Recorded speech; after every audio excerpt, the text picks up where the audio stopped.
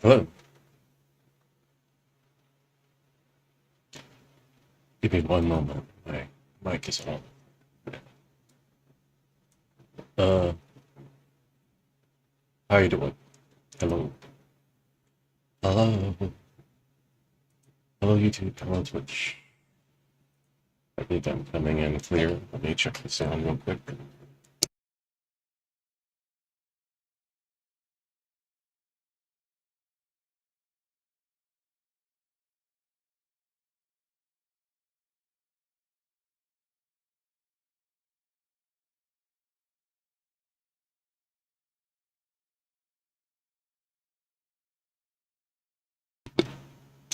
Yeah, I think it sounds good. As good as it will sound. Um, so I was gonna draw someone. I don't know how long. Maybe for a bit, maybe for a while.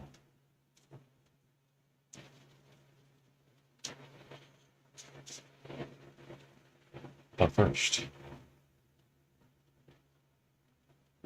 hold on a second.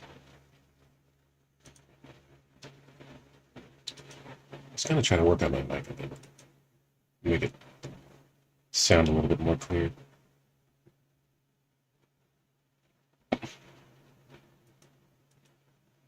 Yeah, but I did not get to that.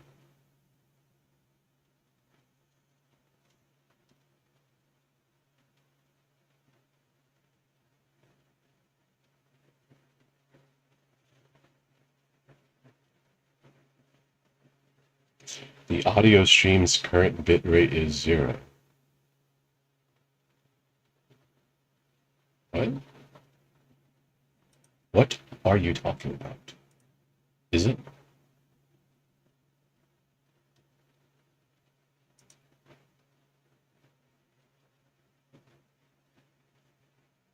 I don't know. It's kind of weird right now on YouTube.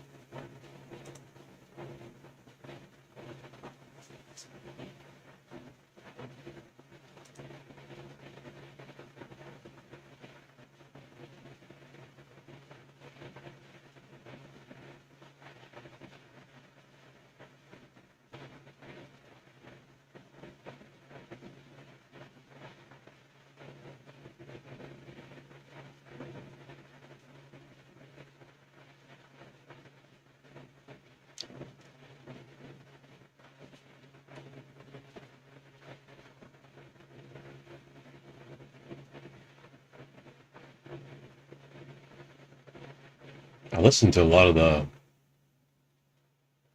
9/11 Commission report, but maybe later for that. When this goes.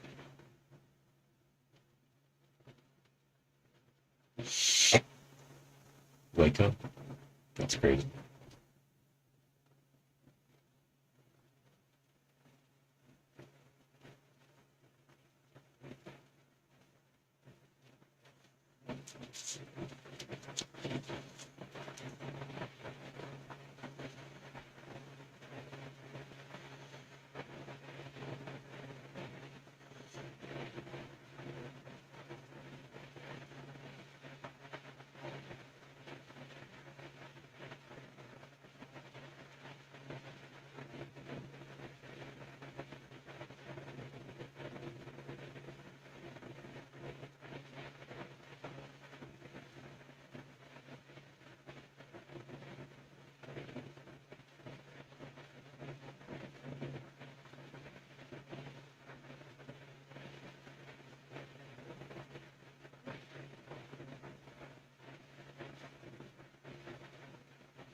Hmm.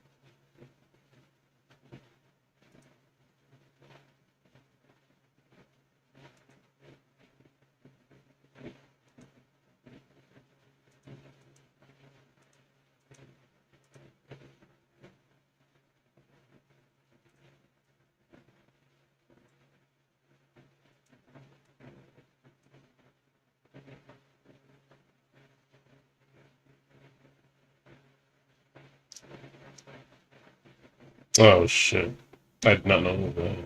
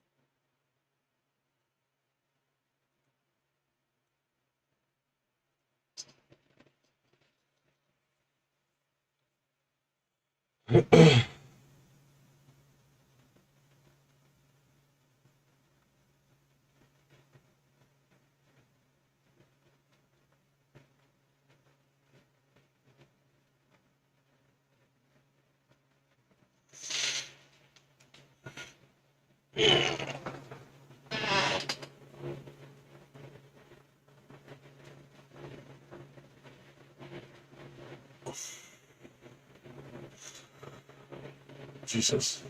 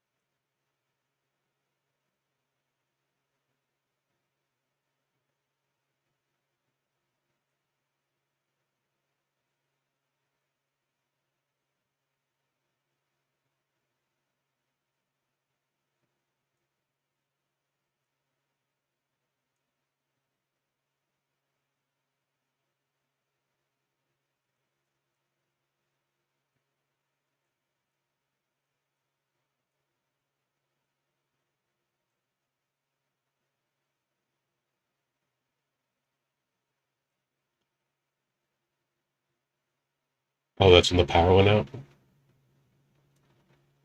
Oh, that sucks.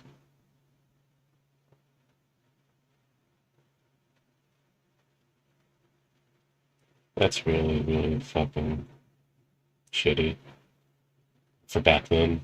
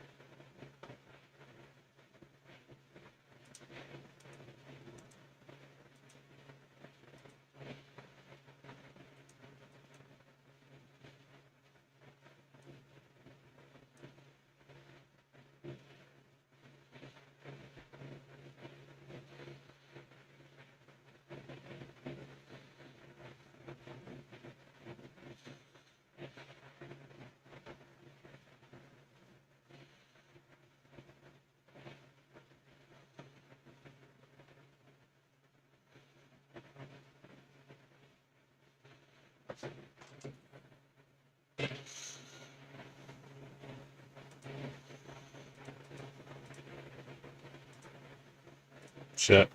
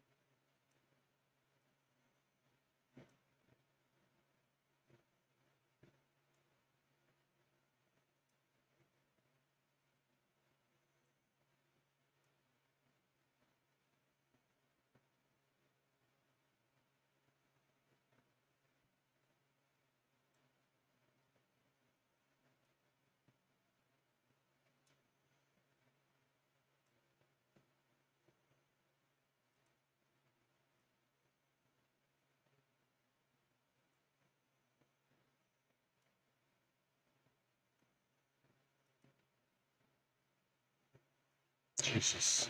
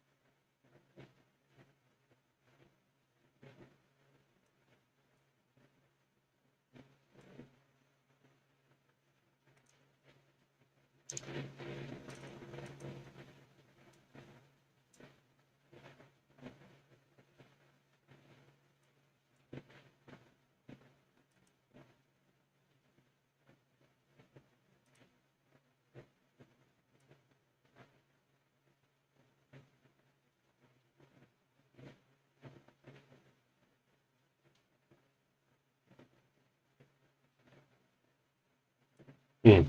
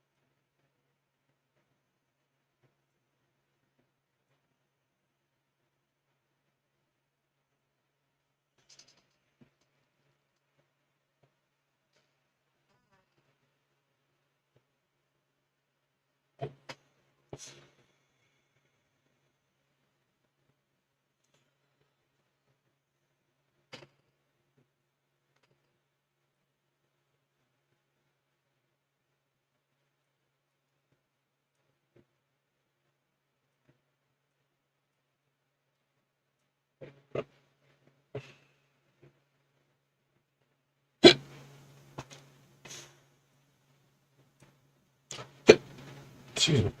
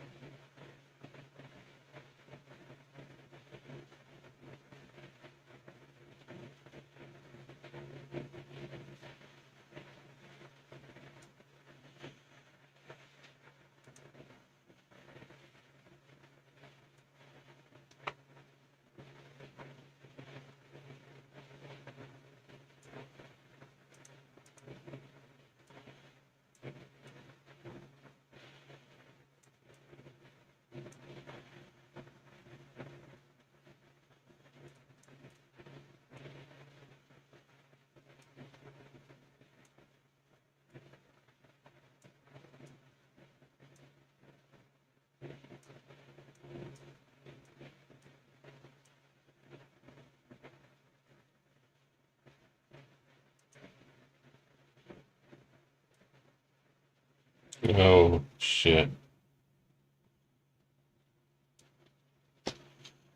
All because of that fucking engine.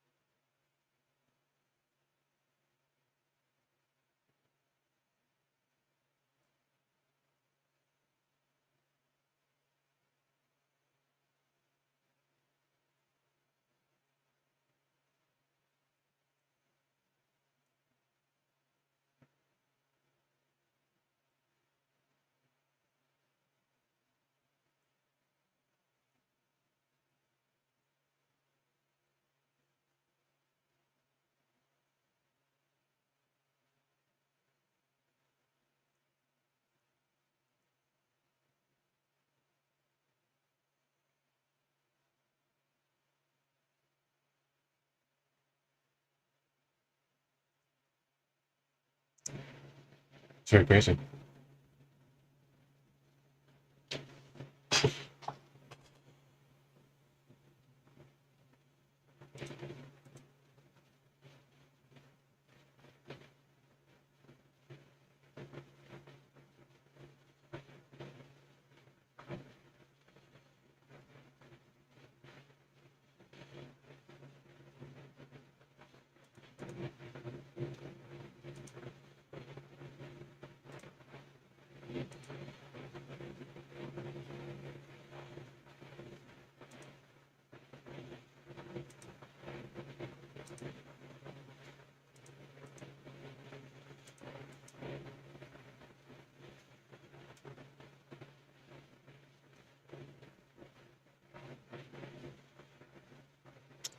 I'll be right back.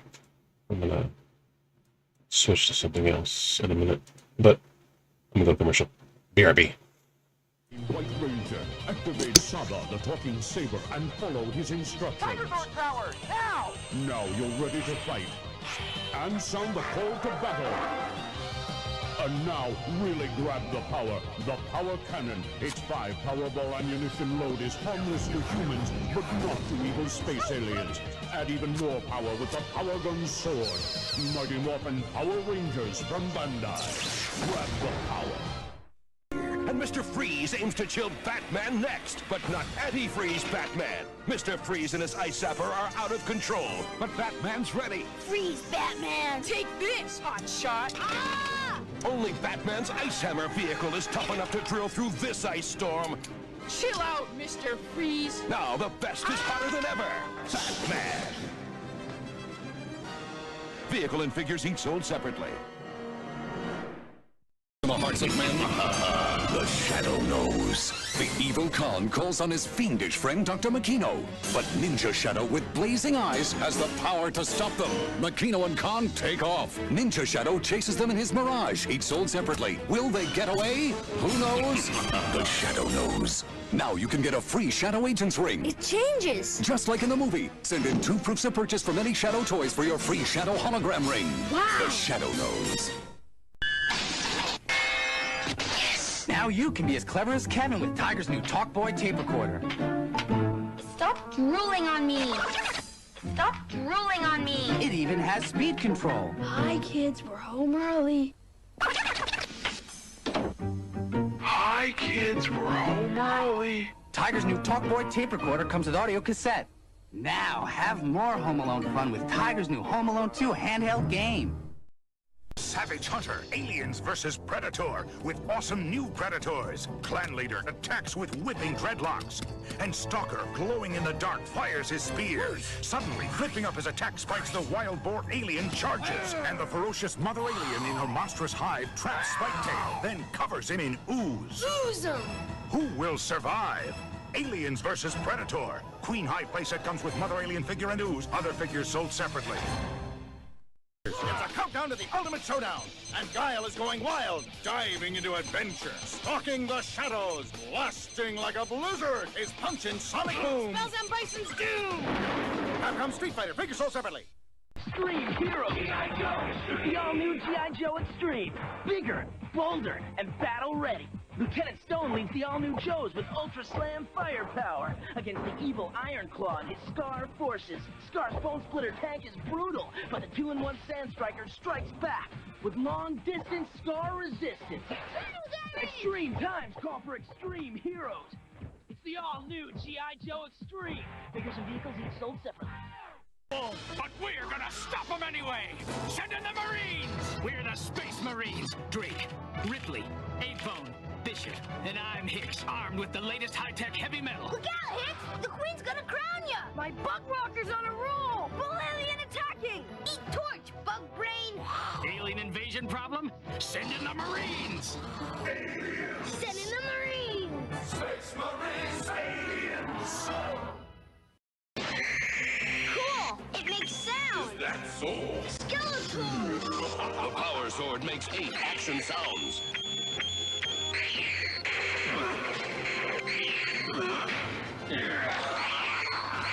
It lights up with power. You can be a hero with the He-Man Power Sword. Send for a He-Man video for 99 cents and postage with specially marked vehicle. After the challenge of Cube It Up, the amazing motorized cube that spins by itself. It's got a motor inside. How do you play? Good question. Cube It Up calls out a color, which you have to keep on top to rack up points. Yes. Sounds easy? Well, Hotshot, it's not. Because the cube's always turning. You can play by yourself or with friends, if you've got any. Rack up the most points and you're a Cube It Up master. Awesome. Very good, Cube Boy. Ready for level 2? Level 2? Cube It Up. The challenge is in the cube. Each sold separately. Batteries not included. City after city, Godzilla's destroying everything! General, who's gonna save us from... Excuse me. Hello? Godzilla! The Godzilla Force and Mecha-Godzilla. The Godzilla Force is here. The supersonic Garuda warship fires laser missiles and a retrievable grappling hook. Can the giant Mecha-Godzilla stop Godzilla, king of the monsters? The battle begins! All figures sold separately, batteries not included from Trendmasters. Hey, dudes, bedtime? Do you A, obey the babysitter, B, beg to stay up, C, hit her with thermonuclear breath? It's Godzilla, king of the monsters. His eyes flash as he roars. His arms swing, feet stomp, tail whips. Godzilla rules. Collect Godzilla and all his friends of destruction, then fight the ultimate battle where no one is safe. Cool hair. Batteries not included. From Trendmasters, yes. Fighters came, bashing and banging till only Rue and Guile remain in the Street Fighter II tabletop game. Build your punching power before your energy runs out. Are you ready for Hurricane X? Can you come back from Sonic Boom? Street Fighter II electronic tabletop game. Next. It's time to get real. It's showtime. Hey, annoying hombres making you do stuff you hate. Don't lose your head. Make them history. Think that's scary? Watch this. Whoa! That went right through me. Did you see that? Now watch this. First, a double team. Now, a double scare. Nobody beats me. So when you want to scare somebody, give me a call. Beetlejuice! Beetlejuice! Beetlejuice! Gotta go. Terminator with the Bio-Flesh Regenerator. I'm back! Yeah? Think again. Battle damage. Add flesh compound. Terminator created. Terminator. I'm back! Got my looks, my laugh, my voice, and all! Can I do that? So if you can't have me, get the next best thing, Talking Urkel. I just pulled my string. You want to know, he's Talking Urkel, though. Favorite pet? Yes. So what's that make me? Fish sticks? Oh, are you hungry? Oh, no. By all means, feed it. Play till your heart's content. Look, Goldie. I took good care of her, and she changed again. Change? How about changing some water here? Katie, Buzz is here. So Tamagotchi can pause. I can pause too. Let's see that again. Hatch a Tamagotchi, the one and only, from Bandai. Each sold separately. Welcome to Skull Dungeon. Wow! Mighty Max. Smasher, get up! Your brain donor is here. Me want brain. No way, slime face. Whoa! Watch out for that first step. It's not over, Mighty Max. Will Max get fried? His fate is in your hands. Mighty Max, Mighty Max. You can collect all his adventure sets, each sold separately. Mighty Max figure included from Mattel. Is Phantasm. But first, the Joker must be stopped. Only Total Armor Batman can prepare to do battle with Jetpack Joker. Time for a little pick-me-up. This clown's in for a total surprise. That nightmare is over, but Phantasm remains. So Batman powers up with the electronic crime stalker vehicle. Sounds cool. It's a fight to the finish, but Phantasm's no match for the power of Batman. Vehicle and figures each sold separately. Graveyard Ghoulies. Squeeze the colored goop into the mold, or use glow goop, and out pop body parts. Stomach, heart, brain. It's Graveyard Ghoulies. Graveyard Ghoulies are a creepy crawler fright, so beware of what happens at night. Creepy Crawlers Workshop. Your parents put it together. Light bulb not included. Graveyard Ghoulies, mold pack, and glow goop each sold. Yet, Capcom Street Fighter 2! No way! Wait! There's Guile, Ryu, Zangief, Wonka, and Dalsim! What's a Dalsim? Oh, some with real ninja moves! Hey! My troopers got Street Fighters 2! Vega, Sagat, Balrog! And me, El Bison! They look unbeatable! of them. So correcto! Capcom Street Fighter 2 figures each sold separately. Oh, I like them. Repulsive. Hideous. Disgusting. Obnoxious. Revolting. Wretched. Sickening. Blurp balls. They make you want to blurp.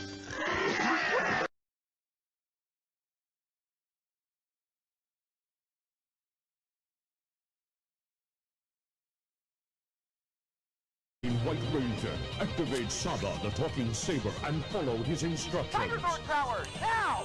Now you're ready to fight. And sound the call to battle. And now, really grab the power. The power cannon. Its 5 Powerball ammunition load is harmless to humans, but not to evil space aliens. Add even more power with the Power Gun Sword. Mighty Morphin Power Rangers from Bandai. Grab the power.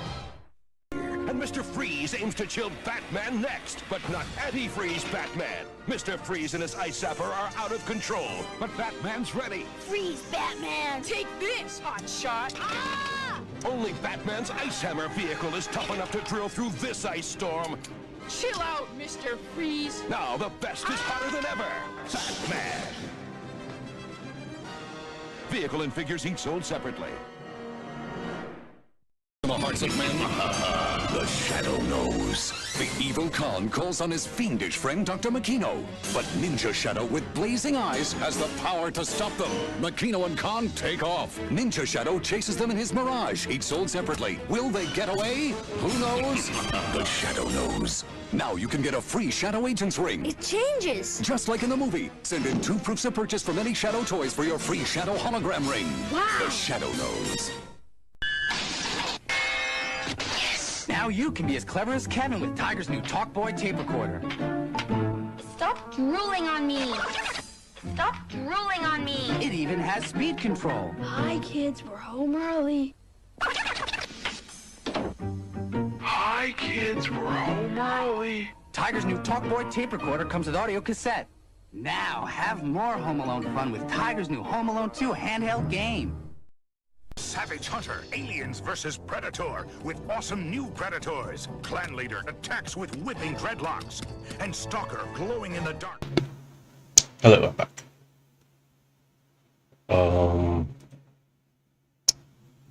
Yeah. I think I've heard, like, the black box of that flight. Or DC-10. But damn.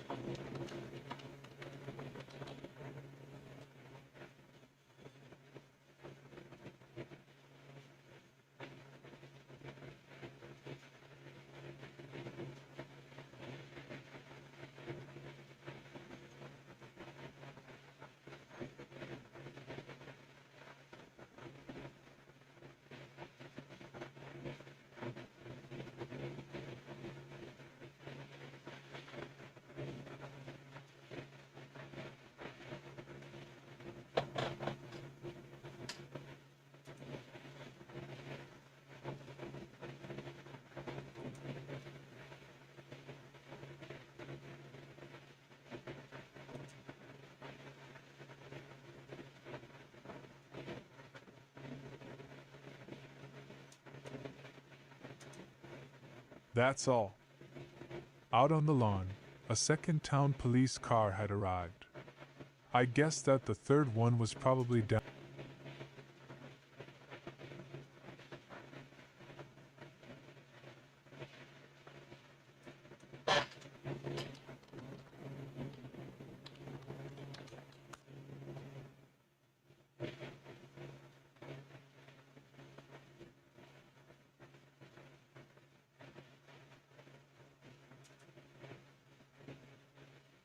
Hello, this is Gregor from Scottish Reading ASMR. I'm going to be reading Rage by Richard Bachman, chapters 1 to 5. Take your time now to get comfy, adjust your volume, and enjoy.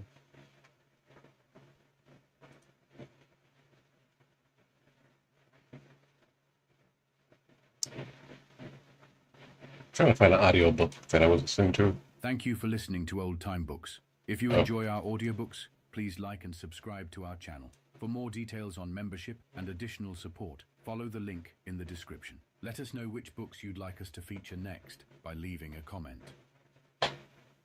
Rage, a novel by Richard Bachman. Narrated by Bob Askey. His twisted mind turned a quiet classroom into a dangerous world of terror. For Susan Arts and WGT. So you understand that when we increase the number of variables, the axioms themselves never change. Mrs. Jean Underwood. Teacher, teacher, ring the bell. My lessons all to you I'll tell. And when my day at school is through, I'll know more than aught I knew. Children's Rhyme, circa 1880. Chapter 1. The morning I got it on was nice. A nice May morning. What made it nice was that I'd kept my breakfast down, and the squirrel I spotted in Algebra 2. Oops. I sat in the row farthest from the door, which is next to the windows, and I spotted the squirrel on the lawn. The lawn of Placerville High School is a very good one. It does not fuck around. It comes right up to the building and says howdy. No one, at least in my 4 years at PHS, has tried to push it away from the building with a bunch of flower beds or baby pine trees or any of that happy horseshit. It comes right up to the concrete foundation, and there it grows, like it or not. It is true that 2 years ago at a town meeting, some bag proposed that the town build a pavilion in front of the school, complete with a memorial to honor the guys who went to Placerville High and then got bumped off in one war or another. My friend Joe McKennedy was there, and he said they gave her nothing but a hard way to go. I wish I had been there. The way Joe told it, it sounded like a real good time. 2 years ago. To the best of my recollection, that was about the time I started to lose my mind. Chapter 2. So there was the squirrel, running through the grass at 9:05 in the morning. Not 10 feet from where I was listening to Mrs. Underwood taking us back to the basics of algebra in the wake of a horrible exam that apparently no one had passed except me and Ted Jones. I was keeping an eye on him, I can tell you. The squirrel, not Ted. On the board, Mrs. Underwood wrote this: A equals 16. Miss Cross, she said, turning back, tell us what that equation means, if you please. It means that A is 16, Sandra said. Meanwhile, the squirrel ran back and forth in the grass, tail bushed out, black eyes shining bright as buckshot. A nice fat one. Mr. Squirrel had been keeping down more breakfasts than I lately, but this morning's was riding as light and easy as you please. I had no shakes, no acid stomach. I was riding cool. All right, Mrs. Underwood said. Not bad. But it's not the end, is it? No. Would anyone care to elaborate on this fascinating equation? I raised my hand, but she called on Billy Sawyer. 8 plus 8, he blurted. Explain. I mean, it can be... Billy fidgeted. He ran his fingers over the graffiti etched into the surface of his desk. SMLDK, hot shit, Tommy, 73. See, if you add 8 and 8, it means... Shall I lend you my thesaurus? Mrs. Underwood asked, smiling alertly. My stomach began to hurt a little. My breakfast started to move around a little. So I looked back at the squirrel for a while. Mrs. Underwood's smile reminded me of the shark in Jaws. Carol Granger raised her hand. Mrs. Underwood nodded. Doesn't he mean that 8 plus 8 also fulfills the equation's need for truth? I don't know what he means, Mrs. Underwood said, a general laugh. Can you fulfill the equation's truth in any other ways, Miss Granger? Carol began, and that was when the intercom said, Charles Decker to the office, please. Charles Decker, thank you. I looked at Mrs. Underwood, and she nodded. My stomach had begun to feel shriveled and old. I got up and left the room. When I left, the squirrel was still scampering. I was halfway down the hall when I thought I heard Mrs. Underwood coming after me. her hands raised into twisted claws, smiling her big shark smile. "We don't need boys of your type around here. Boys of your type belong in Greenmantle, or the reformatory, or the state hospital for the criminally insane. So get out, get out, get out!" I turned around, groping in my back pocket for the pipe wrench that was no longer there. And now my breakfast was a hard, hot ball inside my guts. But I wasn't afraid, not even when she wasn't there. I've read too many books. Chapter 3. I stopped in the bathroom to take a whiz and eat some Ritz crackers. I always carry some Ritz crackers in a baggie. When your stomach's bad, a few crackers can do wonders. 100,000 pregnant women can't be wrong. I was thinking about Sandra Cross, whose response in class a few minutes ago had been not bad, but also not the end. I was thinking about how she lost her buttons. She was always losing them, off blouses, off skirts. And the one time I had taken her to a school dance, she had lost a button off the top of her Wranglers, and they had almost fallen down. Before she figured out what was happening, the zipper on the front of her jeans had come halfway unzipped, showing a V of flat white panties that was blackly exciting. Those panties were tight, white, and spotless. They were immaculate. They lay against her lower belly with sweet snugness and made little ripples while she moved her body to the beat, until she realized what was going on and dashed for the girls' room, leaving me with a memory of the perfect pair of panties. Sandra was a nice girl, and if I had never known it before, I sure God knew it then, because we all know that the nice girls wear the white panties. None of that New York shit is going down in Placerville, Maine. But Mr. Denver kept creeping in, pushing away Sandra and her pristine panties. You can't stop your mind. The damn thing just keeps right on going. All the same, I felt a great deal of sympathy for Sandy, even though she was never going to figure out just what the quadratic equation was all about. If Mr. Denver and Mr. Grace decided to send me to Greenmantle, I might never see Sandy again, and that would be too bad. I got up from the hopper, dusted the cracker crumbs down into the bowl, and flushed it. High school toilets are all the same. They sound like 747s taking off. I've always hated pushing that handle. It makes you sure that the sound is clearly audible in the adjacent classroom and that everybody is thinking, well, there goes another load. I've always thought a man should be alone with what my mother insisted I call lemonade and chocolate when I was a little kid. The bathroom should be a confessional sort of place. But they foil you. They always foil you. You can't even blow your nose and keep it a secret. Someone's always got to know. Someone's always got to peek. People like Mr. Denver and Mr. Grace even get paid for it. But by then the bathroom door was wheezing shut behind me and I was in the hall again. I paused, looking around. The only sound was the sleepy hive drone that means it's Wednesday again. Wednesday morning, 9:10. Everyone caught for another day in the splendid sticky web of mother education. I went back into the bathroom and took out my flare. I was going to write something witty on the wall like Sandra Cross wears white underpants, and then I caught sight of my face in the mirror. There were bruised half-moons under my eyes, which looked wide and white and starey. The nostrils were half-flared and ugly. The mouth was a white, twisted line. I wrote "eat shit" on the wall until the pen suddenly snapped in my straining fingers. It dropped on the floor, and I kicked it. There was a sound behind me. I didn't turn around. I closed my eyes and breathed slowly and deeply until I had myself under control. Then I went upstairs. Chapter 4.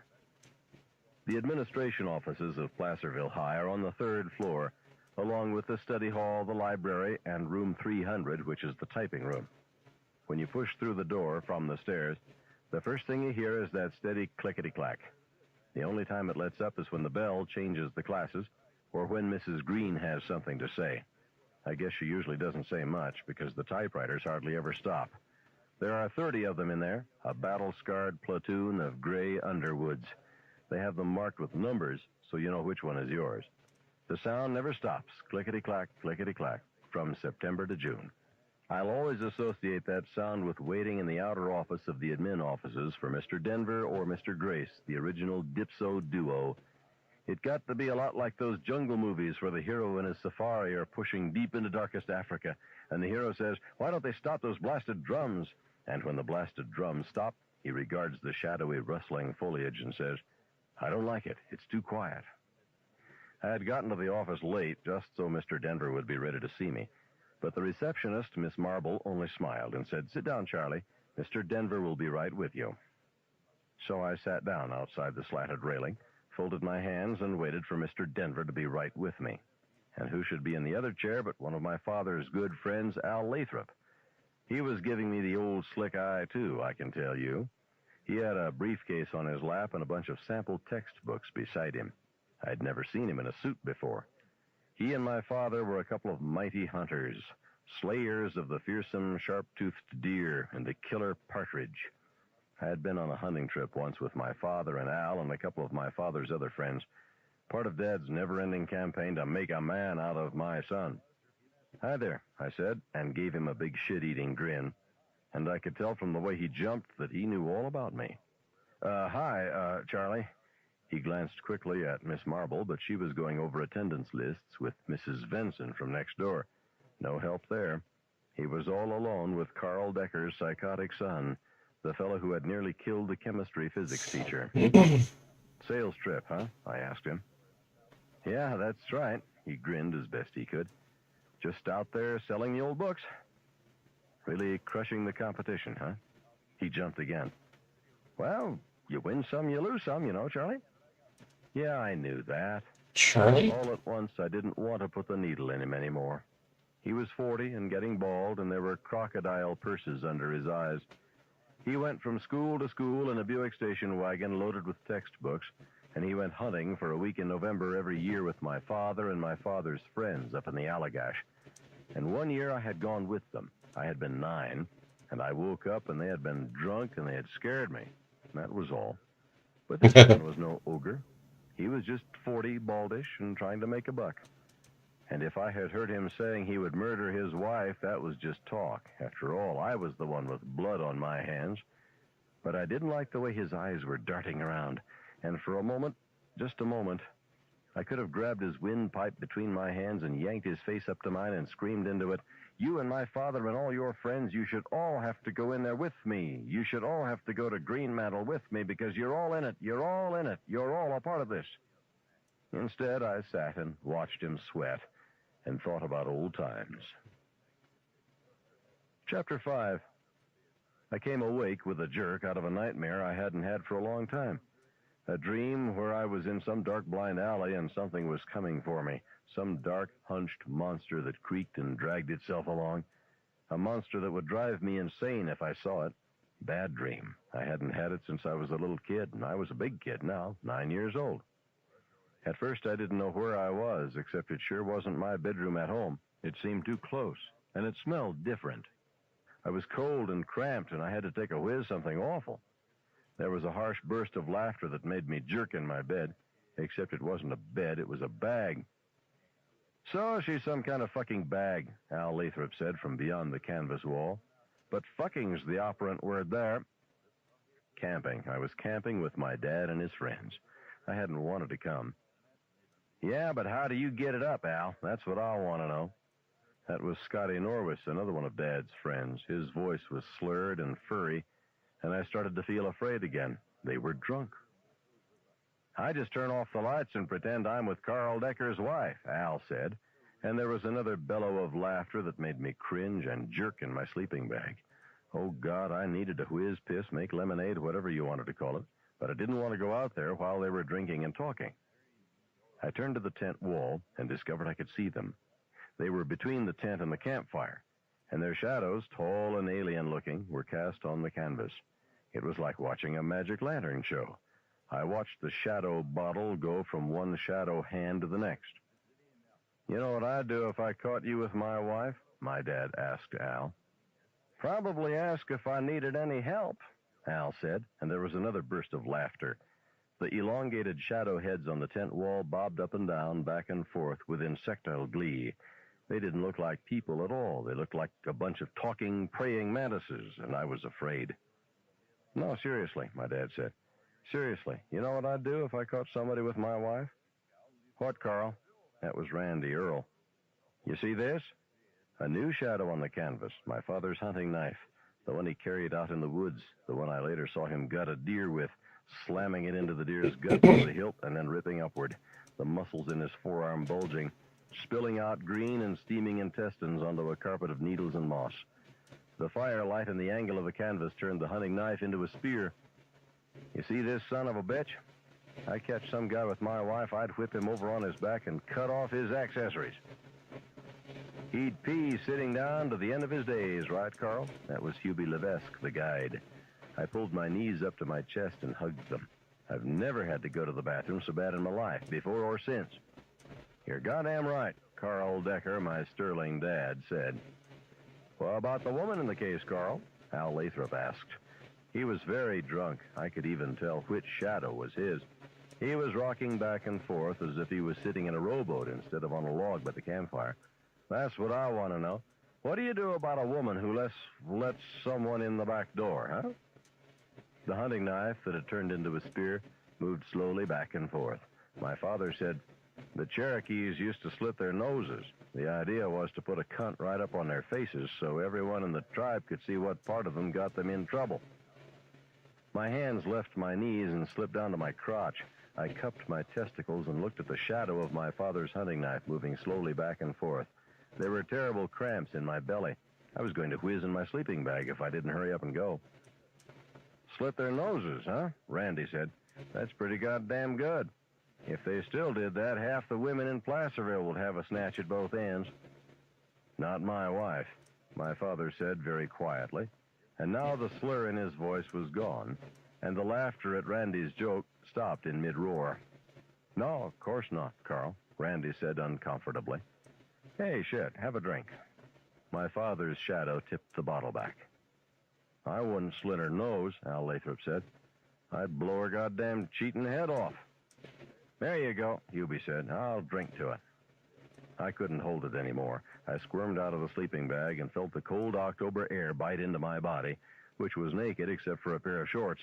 It seemed like my cock wanted to shrivel right back into my body. And the one thing that kept going around and around in my mind, I was still partly asleep, I guess, and the whole conversation had seemed like a dream, maybe a continuation of the creaking monster in the alley, was that when I was smaller, I used to get into my mom's bed after Dad had put on his uniform and gone off to work in Portland. I used to sleep beside her for an hour before breakfast. Dark, fear, firelight, shadows like praying mantises. I didn't want to be out in these woods 70 miles from the nearest town with these drunk men. I wanted my mother. I came out through the tent flap, and my father turned toward me. The hunting knife was still in his hand. He looked at me, and I looked at him. I've never forgotten that. My dad with a reddish beard stubble on his face and a hunting cap cocked on his head and that hunting knife in his hand. All the conversation stopped. Maybe they were wondering how much I had heard. Maybe they were even ashamed. What the hell do you want? My dad asked, sheathing the knife. Give him a drink, Carl, Randy said, and there was a roar of laughter. Al laughed so hard he fell over. He was pretty drunk. I got a whiz, I said. Then go do it, for Christ's sake, my dad said. I went over in the grove and tried to whiz. For a long time, it wouldn't come out. It was like a hot, soft ball of lead in my lower belly. Jeez. I had nothing but a fingernail's length of penis. The cold had really shriveled it. At last, it did come in a great steaming flood. And when it was all out of me, I went back into the tent and got in my sleeping bag. None of them looked at me. They were talking about the war. They had all been in the war. My dad got his deer 3 days later, on the last day of the trip. I was with him. He got it perfectly, in the bunch of muscle between neck and shoulder, and the buck went down in a heap, all grace gone. We went over to it.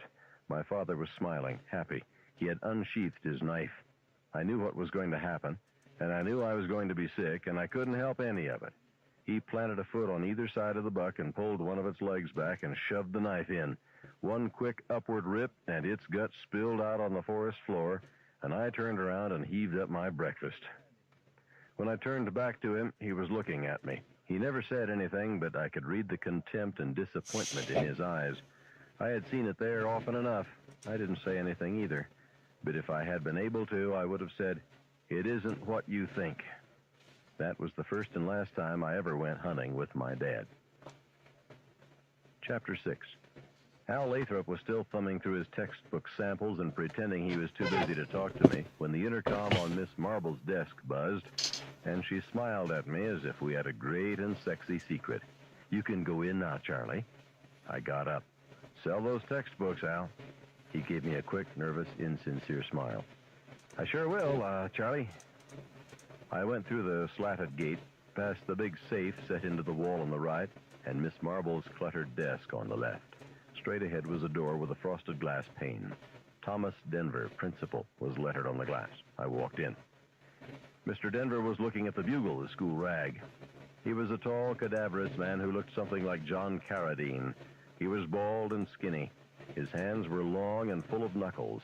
His tie was pulled down and the top button of his shirt was undone. The skin on his throat looked grizzled and irritated from overshaving. "Sit down, Charlie." I sat down and folded my hands. I'm a great old hand folder. It's a trick I picked up from my father. Through the window behind Mr. Denver, I could see the lawn, but not the fearless way it grew right up to the building. I was too high, and it was too bad. It might have helped, like a night light when you are small. Mr. Denver put the Bugle down and leaned back in his chair. "Kind of hard to see that way, isn't it?" He grunted. Mr. Denver was a crackerjack grunter. If there was a national grunting bee, I would put all my money on Mr. Denver. I brushed my hair away from my eyes. There was a picture of Mr. Denver's family on his desk, which was even more cluttered than Miss Marble's. The family looked well-fed and well-adjusted. His wife was sort of porky, but the two kids were as cute as buttons and didn't look a bit like John Carradine. Two little girls, both blonde. Don Grace has finished his report, and I've had it since last Thursday, considering his conclusions and his recommendations as carefully as I can. We all appreciate the seriousness of this matter, and I've taken the liberty of discussing the whole thing with John Carlson also. "How is he?" I asked. "Pretty well. He'll be back in a month, I should think." "Well, that's something." "It is?" He blinked at me very quickly, the way lizards do. "I didn't kill him, that's something." "Yes." Mr. Denver looked at me steadily. "Do you wish you had?" "No." He leaned forward, drew his chair up to his desk, looked at me, shook his head, and began, "I'm very puzzled when I have to speak the way I'm about to speak to you, Charlie. Puzzled and sad. I've been in the kid business since 1947, and I still can't understand these things. The kid business? I feel what I have to say to you is right and necessary, but it also makes me unhappy, because I still can't understand why a thing like this happens. In 1959, we had a very bright boy here who beat a junior high school girl quite badly with a baseball bat. Eventually, we had to send him to South Portland Correctional Institute. All he could say was that she wouldn't go out with him. Then he would smile." Mr. Denver shook his head. "Don't bother." "What?" "Don't bother trying to understand. Don't lose any sleep over it." "But why, Charlie? Why did you do that? My God, he was on an operating table for nearly 4 hours." "Why is Mr. Grace's question," I said. "He's the school shrink. You only ask it because it makes a nice lead into your sermon. I don't want to listen to any more sermons.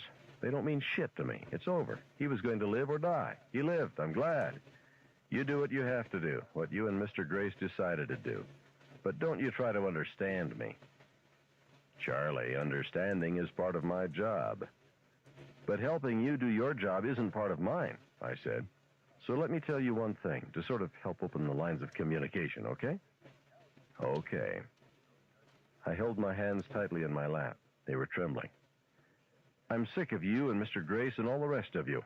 You used to make me afraid, and you still make me afraid, but now you make me tired, too, and I've decided I don't have to put up with that. The way I am, I can't put up with that. What you think doesn't mean anything to me. You're not qualified to deal with me, so just stand back. I'm warning you, you're not qualified." My voice had risen to a trembling near shout. Mr. Denver sighed. "So you may think, Charlie, but the laws of the state say otherwise. After having read Mr. Grace's report, I think I agree with him that you don't understand yourself or the consequences of what you did in Mr. Carlson's classroom. You are disturbed, Charlie. You are disturbed, Charlie. The Cherokees used to slit their noses so everyone in the tribe could see what part of them got them in trouble." The words echoed greenly in my head as if at great depths. They were shark words at deep fathoms. Jaws words come to gobble me. Words with teeth and eyes. This is where I started to get it on. I knew it because the same thing that happened just before I gave Mr. Carlson the business was happening now. My hands stopped shaking, my stomach flutters subsided, and my whole middle felt cool and calm. I felt detached, not only from Mr. Denver and his overshaved neck, but from myself. I could almost float. Mr. Denver had gone on, something about proper counseling and psychiatric help, but I interrupted him. Mr. Man, you can go straight to hell. He stopped and put down the paper he had been looking at so he wouldn't have to look at me. Something from my file, no doubt. The almighty file. The great American file. What? He said. In hell. Judge not, lest ye be judged. Any insanity in your family, Mr. Denver? I'll discuss this with you, Charlie, he said tightly. I won't engage in immoral sex practices, I finished for him. Just you and me, okay? First one to jack off wins the Putnam Good Fellowship Award. Feel your hand, partner. Get Mr. Grace in here. That's even better. We'll have a circle jerk. What? Don't you get the message? You have to pull it out sometime, right? You owe it to yourself, right? Everybody has to get it on. Everybody has to have someone to jack off on.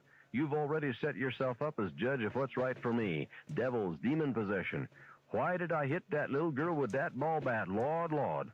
The devil made me do it, and I'm so sorry. Why don't you admit it? You get a kick out of peddling my flesh.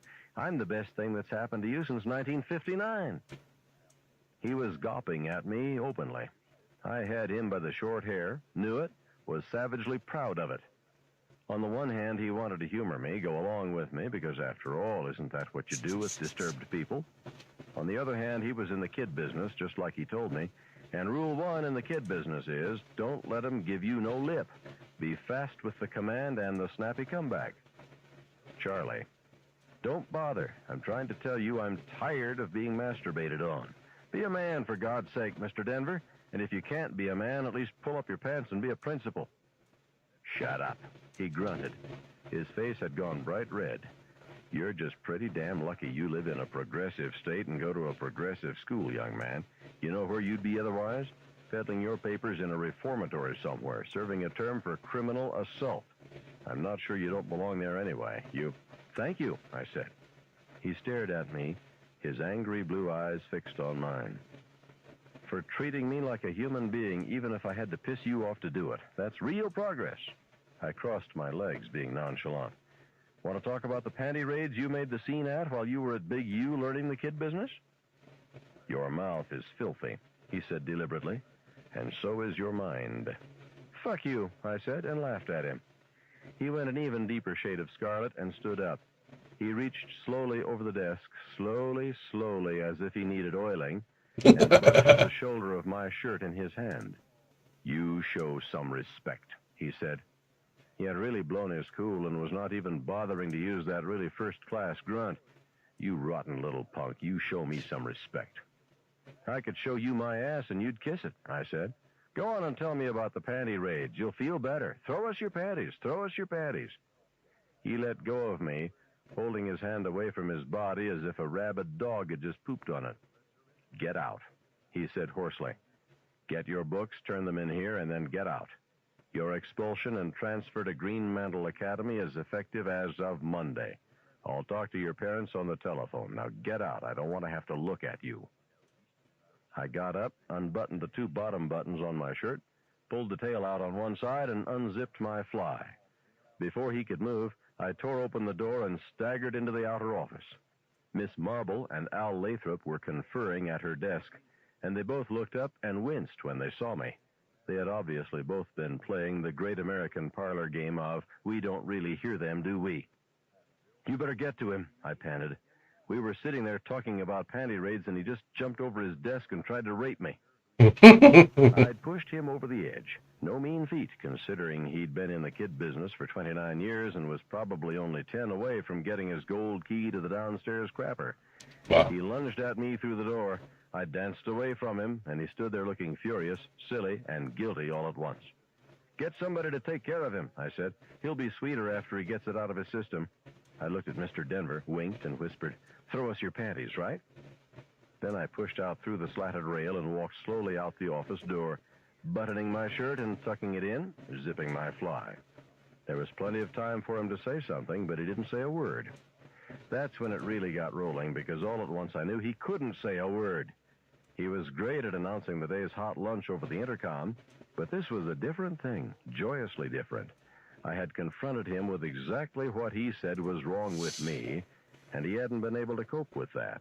Maybe he expected us to smile and shake hands and conclude my 7 1/2 semester stay at Placerville High with a literary critique of the Bugle. But in spite of everything, Mr. Carlson and all the rest, he hadn't really expected any irrational acts. Those things were all meant for the closet, rolled up beside those nasty magazines you never show your wife. He was standing back there, vocal cords frozen, not a word left in his mind to say. None of his instructors in dealing with the disturbed child, Ed B. 211, had ever told him he might someday have to deal with a student who would attack him on a personal level. And pretty quick, he was going to be mad. That made him dangerous. Who knew better than me? I was going to have to protect myself. I was ready and had been ever since I decided that people might, just might, mind you, be following me around and checking out. I gave him every chance. I waited for him to charge out and grab me all the way to the staircase. I didn't want salvation. I was either past that point or never reached it. All I wanted was recognition, or maybe for someone to draw a yellow plague circle around my feet. He didn't come out. And when he didn't, I went ahead and got it on. Chapter 7.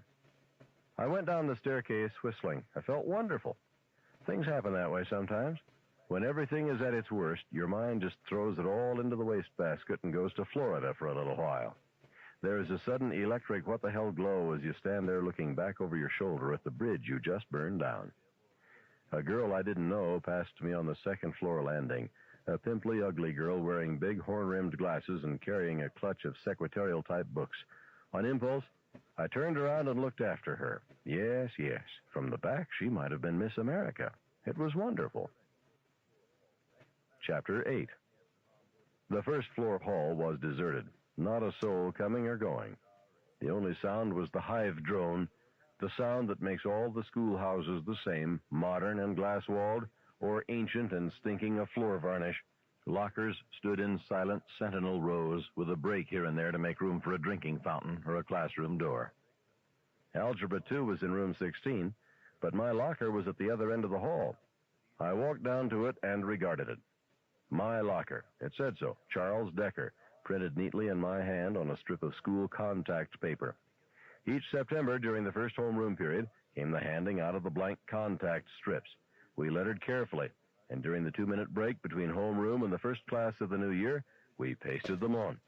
The ritual was as old and as holy as First Communion.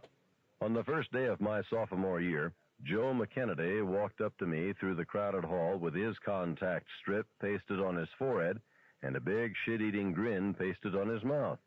Hundreds of horrified freshmen, each with a little yellow name tag pinned on his or her shirt or blouse, turned to look at this sacrilege. I almost broke my balls laughing. Of course, he got a detention for it, but it made my day. When I think back on it, I guess it made my year. And there I was, right between Roseanne Debbins and Carla Dench, who doused herself in rose water every morning, which had been no great help in keeping my breakfast where it belonged during the last semester. Ah, but all that was behind me now. Gray locker, 5 feet high, padlocked. The padlocks were handed out at the beginning of the year along with the contact strips.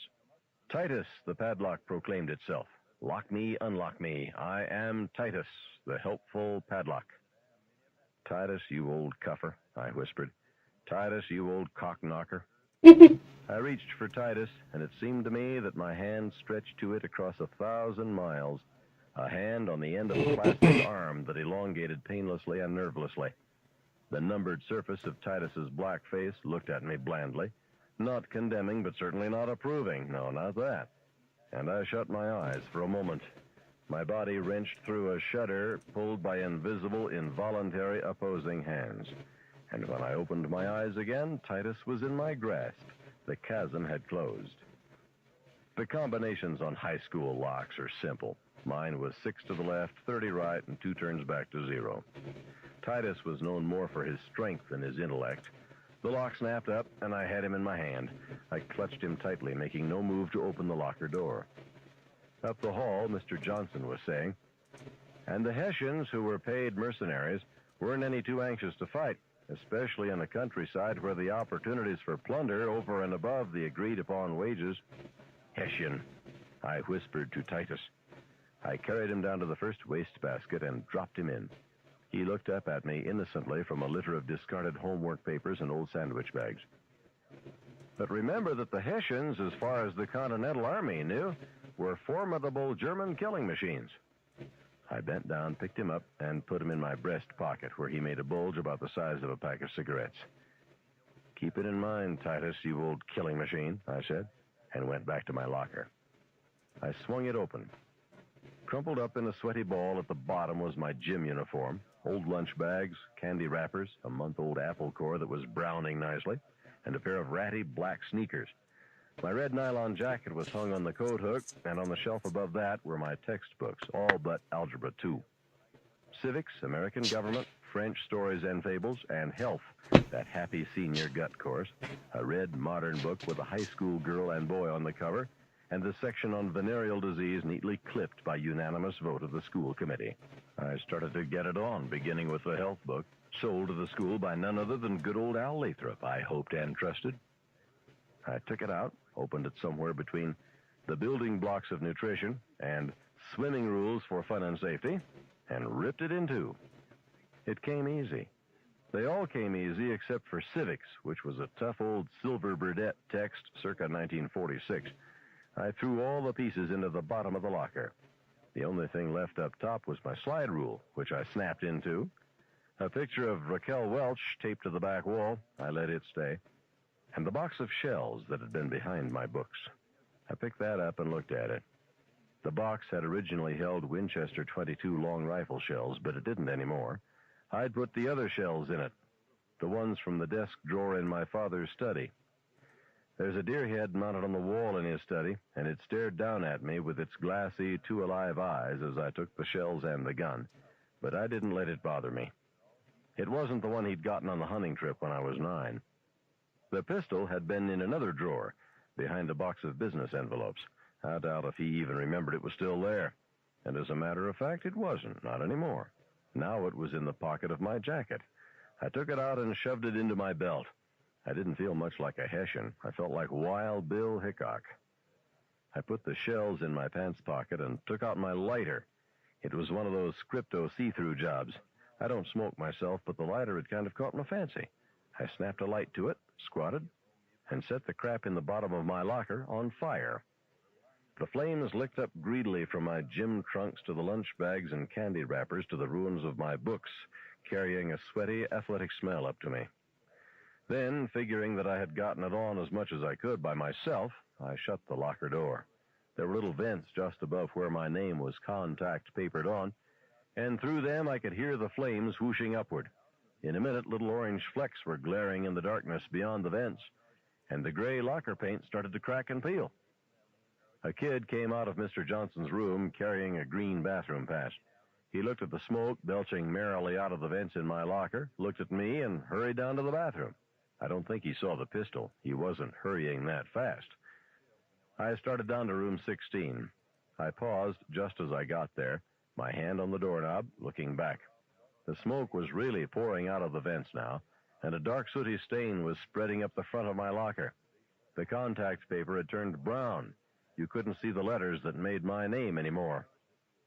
I don't think there was anything in my brain right then except the usual background static, the kind you get on your radio when it's turned up all the way and tuned to no station at all. My brain had checked to the power, so to speak. The little guy wearing the Napoleon hat inside was showing aces and betting them. I turned back to room 16 and opened the door. I was hoping, but I didn't know what. Chapter 9. So you understand that when we increase the number of variables, the axioms themselves never change. For example, Mrs. Underwood looked up alertly, pushing her harlequin glasses up on her nose. Do you have an office pass, Mr. Decker? Yes, I said, and took the pistol out of my belt. I wasn't even sure it was loaded until it went off. I shot her in the head. Mrs. Underwood never knew what hit her, I'm sure. She fell sideways onto her desk and then rolled onto the floor, and that expectant expression never left her face. Chapter 10. Sanity. You can go through your whole life telling yourself that life is logical, life is prosaic, life is sane, above all sane, and I think it is. I've had a lot of time to think about that. And what I keep coming back to is Mrs. Underwood's dying declaration. So you understand that when we increase the number of variables, the axioms themselves never change. I really believe that. I think, therefore I am. There are hairs on my face, therefore I shave. My wife and child have been critically injured in a car crash, therefore I pray. It's all logical, it's all sane. We live in the best of all possible worlds, so hand me a Kent for my left, a Bud for my right, turn on Starsky and Hutch, and listen to that soft, harmonious note that is the universe turning smoothly on its celestial gyros. Logic and sanity. Like Coca-Cola, it's the real thing. But as Warner Brothers, John D. MacDonald, and Long Island Dragway know so well, there's a Mr. Hyde for every happy Jekyll face, a dark face on the other side of the mirror. The brain behind that face never heard of razors, prayers, or the logic of the universe. You turn the mirror sideways and see your face reflected with a sinister left-hand twist, half mad and half sane. The astronomers call that line between light and dark the Terminator. The other side says that the universe has all the logic of a little kid in a Halloween cowboy suit with his guts and his trick-or-treat candies spread all over a mile of Interstate 95. This is the logic of napalm, paranoia, suitcase bombs carried by happy Arabs, random carcinoma. This logic eats itself. It says life is a monkey on a stick. It says life spins as hysterically and erratically as the penny you flick to see who buys lunch. No one looks at that side unless they have to, and I can understand that. You look at it if you hitch a ride with a drunk in a GTO who puts it up to 110 and starts blubbering about how his wife turned him out. You look at it if some guy decides to drive across Indiana shooting kids on bicycles. You look at it if your sister says, "I'm going down to the store for a minute, big guy," and then gets killed in a stick-up. You look at it when you hear your dad talking about slitting your mom's nose. It's a roulette wheel that anybody who says the game is rigged is whining. No matter how many numbers there are, the principle of that little white jittering ball never changes. Don't say it's crazy. It's also cool and sane. And all that weirdness isn't just going on outside. It's in you, too, right now, growing in the dark like magic mushrooms. Call it the thing in the cellar. Call it the blow lunch factor. Call it the Looney Tunes file. I think of it as my private dinosaur, huge, slimy, and mindless, stumbling around in the stinking swamp of my subconscious, never finding a tar pit big enough to hold it. But that's me. And I started to tell you about them, those bright college-bound students that, metaphorically speaking, walked down to the store to get milk and ended up in the middle of an armed robbery. I'm a documented case, routine grist for the newspaper mill. 1,000 newsboys hawked me on 1,000 street corners. I had 50 seconds on Chancellor Brinkley and a column and a half in Time. And I stand here before you, metaphorically speaking again, and tell you I'm perfectly sane. I do have one slightly crooked wheel upstairs, but everything else is ticking along just 4-0, thank you very much. So, them. How do you understand them? We have to discuss that, don't we? Do you have an office pass, Mr. Decker? She asked me. Yes, I said, and took the pistol out of my belt. I wasn't even sure it was loaded until it went off. I shot her in the head. Mrs. Underwood never knew what hit her, I'm sure. She fell sideways onto her desk and then rolled onto the floor, and that expectant expression never left her face. I'm the sane one. I'm the croupier. I'm the guy who spins the ball against the spin of the wheel. The guy who lays his money on odd-even. The girl who lays her money on black-red. What about them? Think of it as my private dinosaur, huge, slimy, and mindless, stumbling around in the stinking swamp of my subconscious, never finding a tar pit big enough to hold it. But that's me. And I started to tell you about them, those bright college-bound students that, metaphorically speaking, walked down to the store to get milk and ended up in the middle of an armed robbery. I'm a documented case, routine grist for the newspaper mill. 1,000 newsboys hawked me on 1,000 street corners. I had 50 seconds on Chancellor Brinkley and a column and a half in Time. And I stand here before you, metaphorically speaking again, and tell you I'm perfectly sane. I do have one slightly crooked wheel upstairs, but everything else is ticking along just 4-0, thank you very much. So, them. How do you understand them? We have to discuss that, don't we? "Do you have an office pass, Mr. Decker?" she asked me. "Yes," I said, and took the pistol out of my belt. I wasn't even sure it was loaded until it went off. I shot her in the head. Mrs. Underwood never knew what hit her, I'm sure. She fell sideways onto her desk and then rolled onto the floor, and that expectant expression never left her face. I'm the sane one. I'm the croupier. I'm the guy who spins the ball against the spin of the wheel. The guy who lays his money on odd even, the girl who lays her money on black red. What about them? There isn't any division of time to express the marrow of our lives, the time between the explosion of lead from the muzzle and the meat impact, between the impact and the darkness. There's only barren instant replay that shows nothing new. I shot her, she fell, and there was an indescribable moment of silence, an infinite duration of time. And we all stepped back, watching the ball go around and around, ticking, bouncing, lighting for an instant, going on, heads and tails, red and black, odd and even. I think that moment ended, I really do. But sometimes in the dark, I think that hideous, random moment is still going on, that the wheel is even yet in spin, and I dreamed all the rest. What must it be like for a suicide coming down from a high ledge?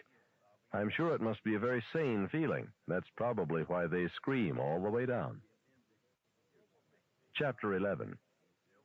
If someone had screamed something melodramatic at that precise moment, something like, "Oh my God, he's going to kill us all," it would have been over right there. They would have bolted like sheep, and somebody aggressive like Dick Keene would have belted me over the head with his algebra book, thereby earning a key to the city and the Good Citizenship Award. But nobody said a word. They sat in utter stunned silence, looking at me attentively, as if I had just announced that I was going to tell them how they could all get passes to the Placerville Drive-In this Friday night. I shut the classroom door, crossed the room, and sat behind the big desk. My legs weren't so good. I was almost to the point of sit down or fall down. I had to push Mrs. Underwood's feet out of the way to get my own feet into the knee hole.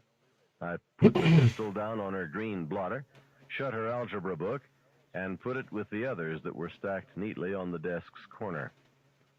That was when Irma Bates broke the silence with a high, gobbling scream that sounded like a young tom turkey getting its neck wrung on the day before Thanksgiving. But it was too late.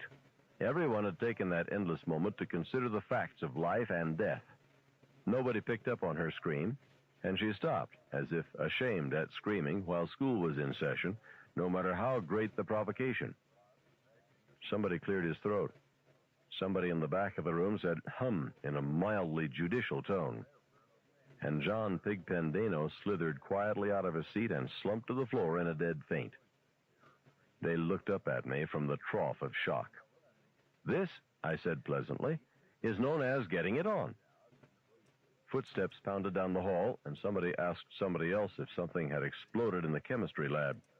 While somebody else was saying he didn't know, the fire alarm went off stridently. Half the kids in the class started to get up automatically. "That's all right," I said. "It's just my locker on fire. I set it on fire, that is. Sit down." The ones that had started to get up sat down obediently.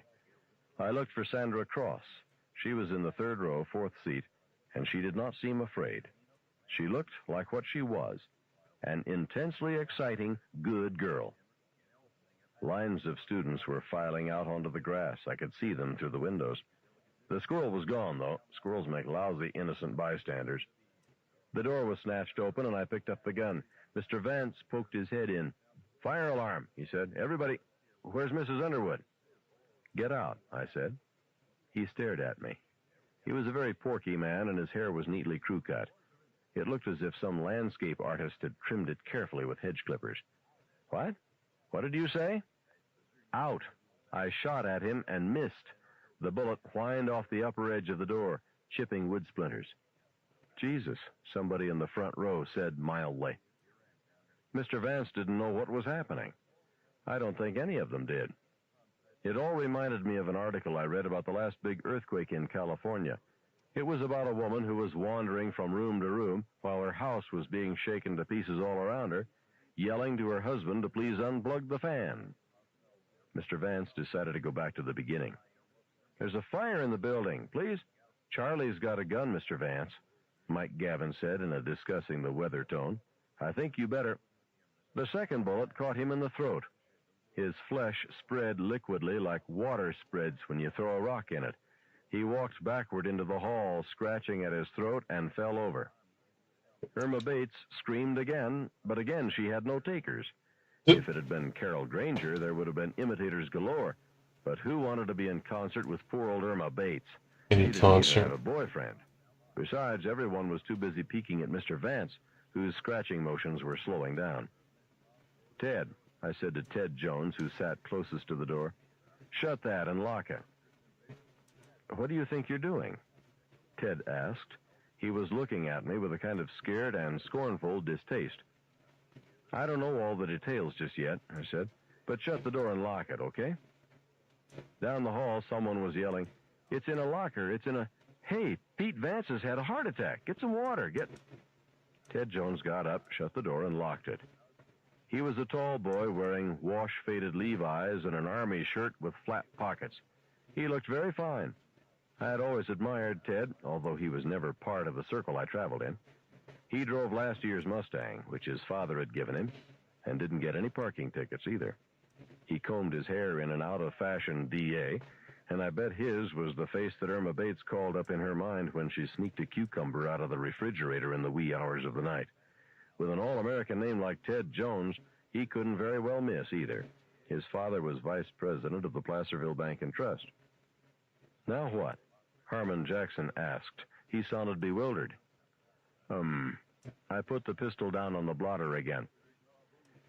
"Well, somebody try and bring Pigpen around. He'll get his shirt dirty. Dirtier, I mean." Sarah Pastern started to giggle hysterically and clapped her hand over her mouth. George Yannick, who sat close to Pigpen, squatted down beside him and began to pat his cheeks. Pigpen moaned, opened his eyes, rolled them, and said, "He shot book bags." There were several hysterical laughs this time. They went off around the room like popping corn. Mrs. Underwood had 2 plastic briefcases with tartan patterns on them, which she carried into each class.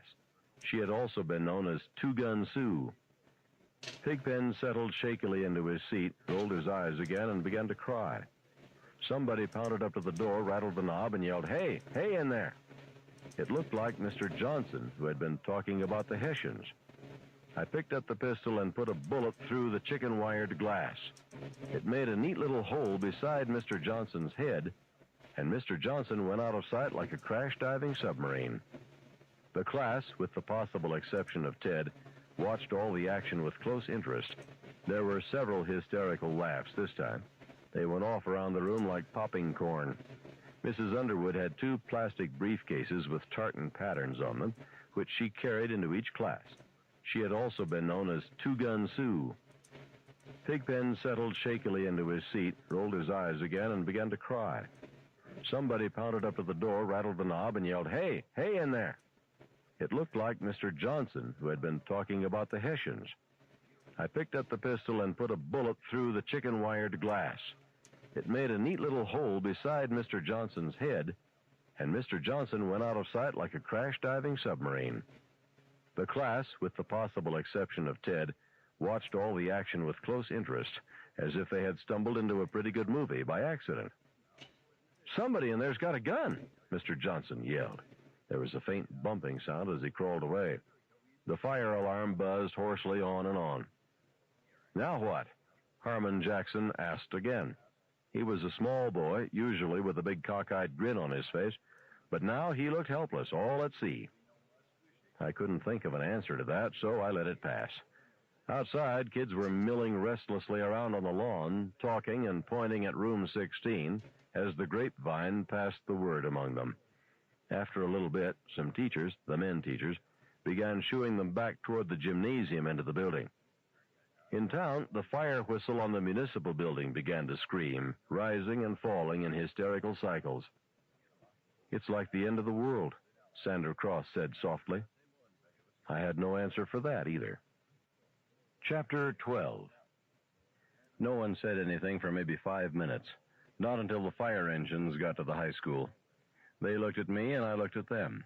Maybe they still could have bolted, and they're still asking me why they didn't. "Why didn't they cut and run, Charlie? What did you do to them?" Some of them asked that almost fearfully, as if I had the evil eye. I don't answer them. I don't answer any questions about what happened that morning in room 16, but if I told them anything, it would be that they've forgotten what it is to be a kid, to live cheek by jowl with violence, with the commonplace fistfights in the gym, brawls at the PAL hops in Lewiston, beatings on television, murders in the movies. Most of us had seen a little girl puke pea soup all over a priest right down at our local drive-in. Old book bags wasn't much shakes by comparison. I'm not taking on any of those things. Hey, I'm in no shape for crusades these days. I'm just telling you that American kids labor under a huge life of violence, both real and make-believe. Besides, I was kind of interesting. Hey, Charlie Decker went apeshit today, did you hear? No, did he? Yeah, I was there. It was just like Bonnie and Clyde, except Charlie's got zitzes and there wasn't any popcorn. I know they thought they'd be all right. That's part of it. What I wonder about is this. Were they hoping I'd get somebody else? Another shrieking sound had joined the fire siren, this one getting closer real fast. Not the cops. It was that hysterical yodeling note that is all the latest rage in ambulances and paramedic vehicles these days. I've always thought the day will come when all the disaster vehicles will get smart and stop scaring the almighty shit out of everyone they're coming to save. When there's a fire or an accident or a natural disaster like me, the red vehicles will rush to the scene accompanied by the amplified sound of the Darktown Strutters and Banjo Rag. Someday. Oh boy.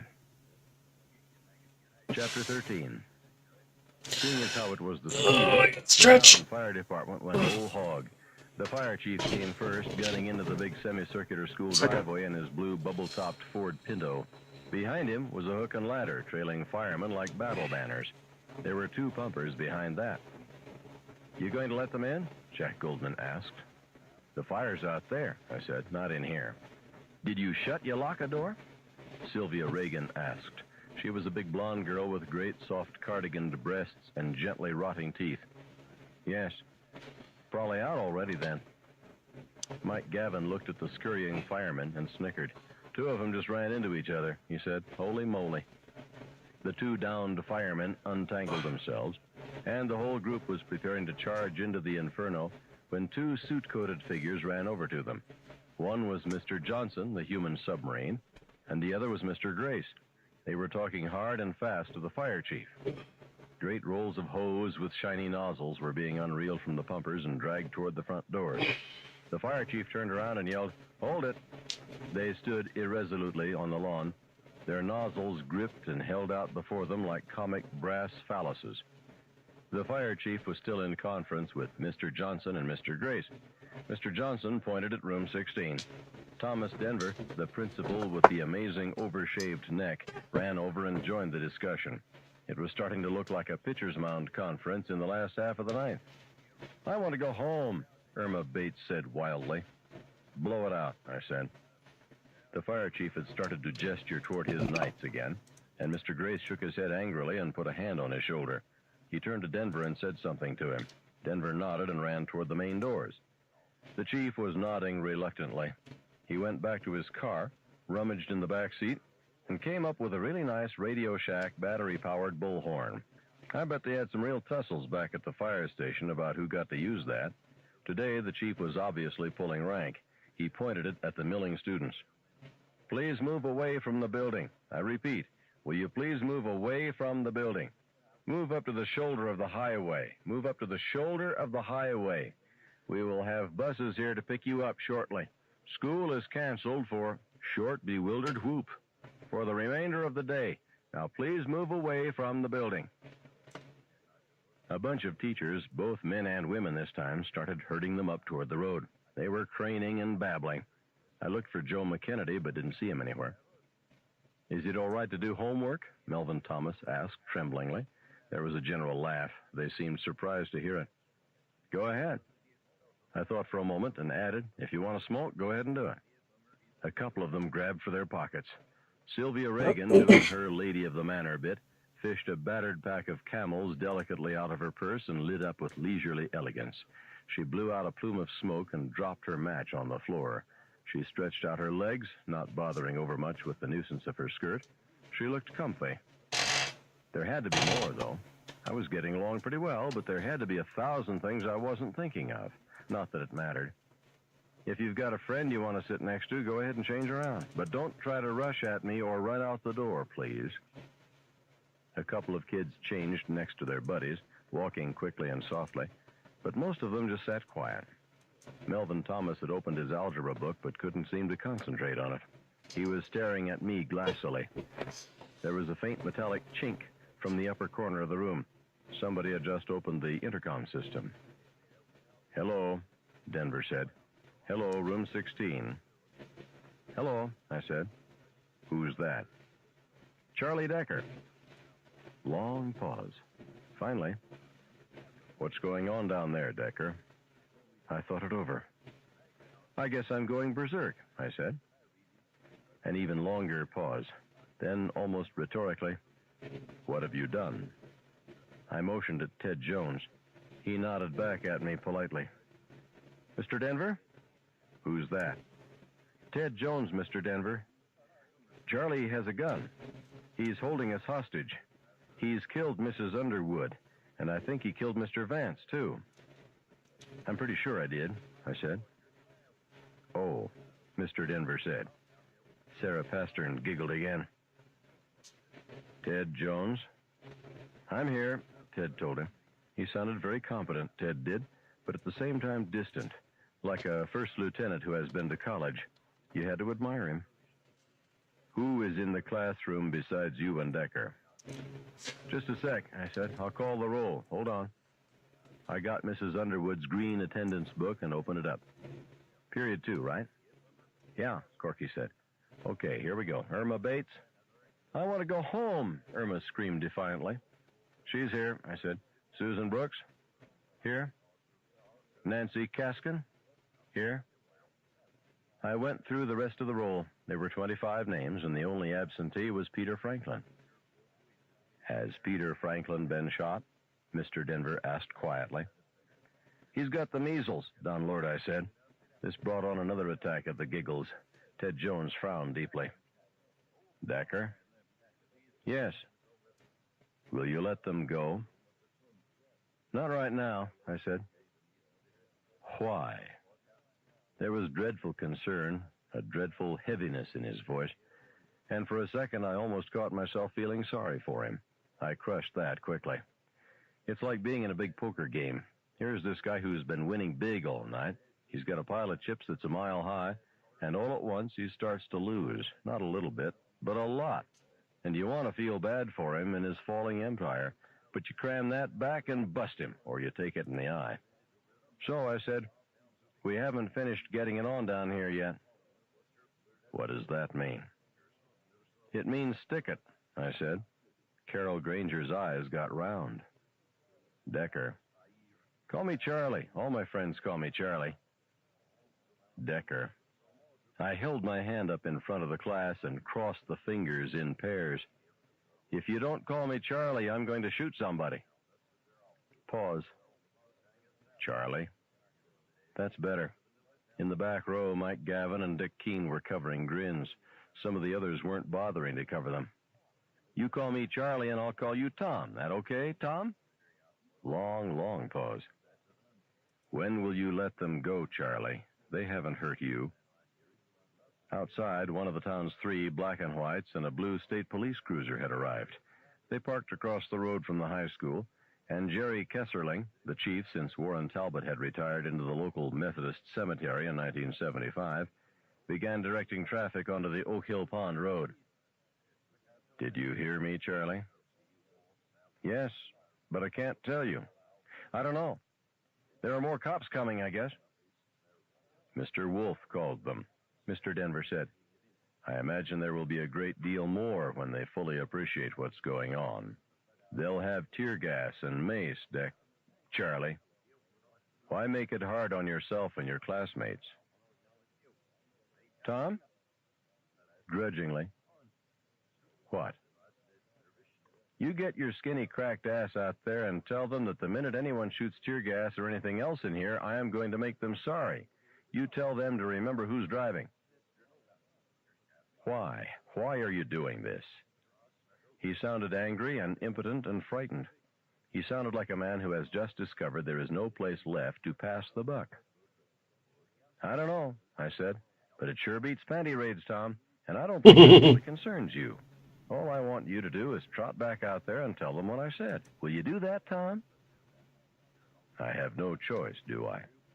No, that's right, you don't. And there's something else, Tom. What? He asked it very hesitantly. I don't like you very much, Tom, as you have probably realized, but up to now you haven't had to give much of a rip how I felt. But I'm out of your filing cabinet now, Tom. Have you got it? I'm not just a record you can lock up at 3 in the afternoon. Have you got it? My voice was rising into a scream. Have you got that, Tom? Have you internalized that particular fact of life? Yes, Charlie, he said in a deadly voice. I have it. No, you don't, Tom, but you will. Before the day is over, we are going to understand all about the difference between people and pieces of paper in a file, and the difference between doing your job and getting jobbed. What do you think of that, Tommy, my man? I think you're a sick boy, Decker. No, you think I'm a sick boy, Charlie. Isn't that what you meant to say, Tom? Yes. Say it. I think you're a sick boy, Charlie. The mechanical, embarrassed road of a 7-year-old. You've got some getting it on to do yourself, Tom. Now get out there and tell them what I said. Decker cleared his throat as if he had something else to say, and then the intercom clicked off. A little murmur went through the class. I looked them over very carefully. Their eyes were so cool and somehow detached. Shock can do that. You're rejected like a fighter pilot from a humdrum dream of life to a grinding, overloaded slice of the real meat, and your brain refuses to make the adjustment. You can only free fall and hope that sooner or later your chute will open. And the ghost of grammar school came back to me. Teacher, teacher, ring the bell. My lessons all to you I'll tell, and when my day at school is through, I'll know more than aught I knew. I wondered what they were learning today, what I was learning. The yellow school buses had begun to appear, and our classmates were going home to enjoy the festivities on living room TVs and pocket transistor radios. But in room 16, education went on. I rapped the butt of the pistol sharply on the desk. The murmur died. They were watching me as closely as I was watching them.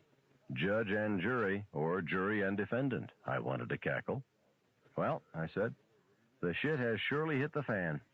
I think we need to talk a little. Private? George Yannick asked. Just you and us? He had an intelligent, perky face, and he didn't look frightened. Yes. You better turn off that intercom, then. You big-mouthed son of a bitch, Ted Jones said distinctly. George looked at him, wounded. There was an uncomfortable silence while I got up and pushed the little lever below the speaker from talk listen to listen. I went back and sat down again. I nodded at Ted. I was thinking of it anyway, I lied. You shouldn't take on so. Ted didn't say anything, but he offered me a strange little grin that made me think he might have been wondering about how I might taste. Okay, I said to the class at large. I may be crazy, but I'm not going to shoot anyone for discussing this thing with me. Believe it. Don't be afraid to shoot off your mouths, as long as we don't all talk at once. That didn't look as if it was going to be a problem. To take the bull by the horns, is there anyone here who really thinks I'm going to just up and murder them? A few of them looked uneasy, but nobody said anything. Okay, because I'm not. We're just going to sit around and bug the hell out of everybody. Yeah, you sure bugged the hell out of Mrs. Underwood, Ted said. He was still smiling his strange smile. I had to. I know that's hard to understand, but I had to. It came down to that. And Mr. Vance. But I want everyone here to take it easy. No one is going to shoot the place up, so you don't have to worry. Carol Granger raised her hand timidly. I nodded at her. She was smart as a whip. Class president and a cinch to speak a piece as valedictorian in June. Our responsibilities to the black race, or maybe hopes for the future. She was already signed up for one of those big league women's colleges where people always wonder how many virgins there are, but I didn't hold it against her. When can we go, Charlie? I sighed and shrugged my shoulders. We'll just have to wait and see what happens. But my mother will be worried to death. Why? Sylvia Reagan asked. She knows where you are, doesn't she? General laugh. Except for Ted Jones. He wasn't laughing. And I was going to have to watch that boy. He was still smiling his small, savage smile. He wanted badly to blow everything out of the water, obvious enough. But why? Insanity prevention merit badge? Not enough. Adulation of the community in general? The boy who stood on the burning deck with his finger in the dike? It didn't seem his style. Handsome, low profile was Ted's style. He was the only guy I knew who had quit the football team after 3 Saturdays of glory in his junior year. The guy who wrote sports for the local rag had called him the best running back Placerville High School had ever produced. But he had quit, suddenly and with no explanation. Amazing enough. What was more amazing was the fact that his popularity quotient hadn't lost a point. If anything, Ted became more the local BMOC than ever. Joe McKennedy, who had suffered through 4 years and 1 broken nose at left tackle, told me that the only thing Ted would say when the agonized coach demanded an explanation was that football seemed to be a pretty stupid game. He, Ted, thought that he could find a better way to spend his time. You can see why I respected him, but I was damned if I knew why he wanted me in such a personal way. A little thought on the matter might have helped, but things were going awful fast. Are you nuts? Harmon Jackson asked suddenly. I think I must be, I said. Anyone who kills anyone else is nuts in my book. Well, maybe you ought to give yourself up, Harmon said. Get some help, a doctor, you know. You mean like that Grace? Sylvia asked. My God, that creepster. I had to go see him after I threw an inkwell at old Lady Green. All he did was look up my dress and try to get me to talk about my sex life. Not that you've had any, Pat Fitzgerald said, and there was another laugh.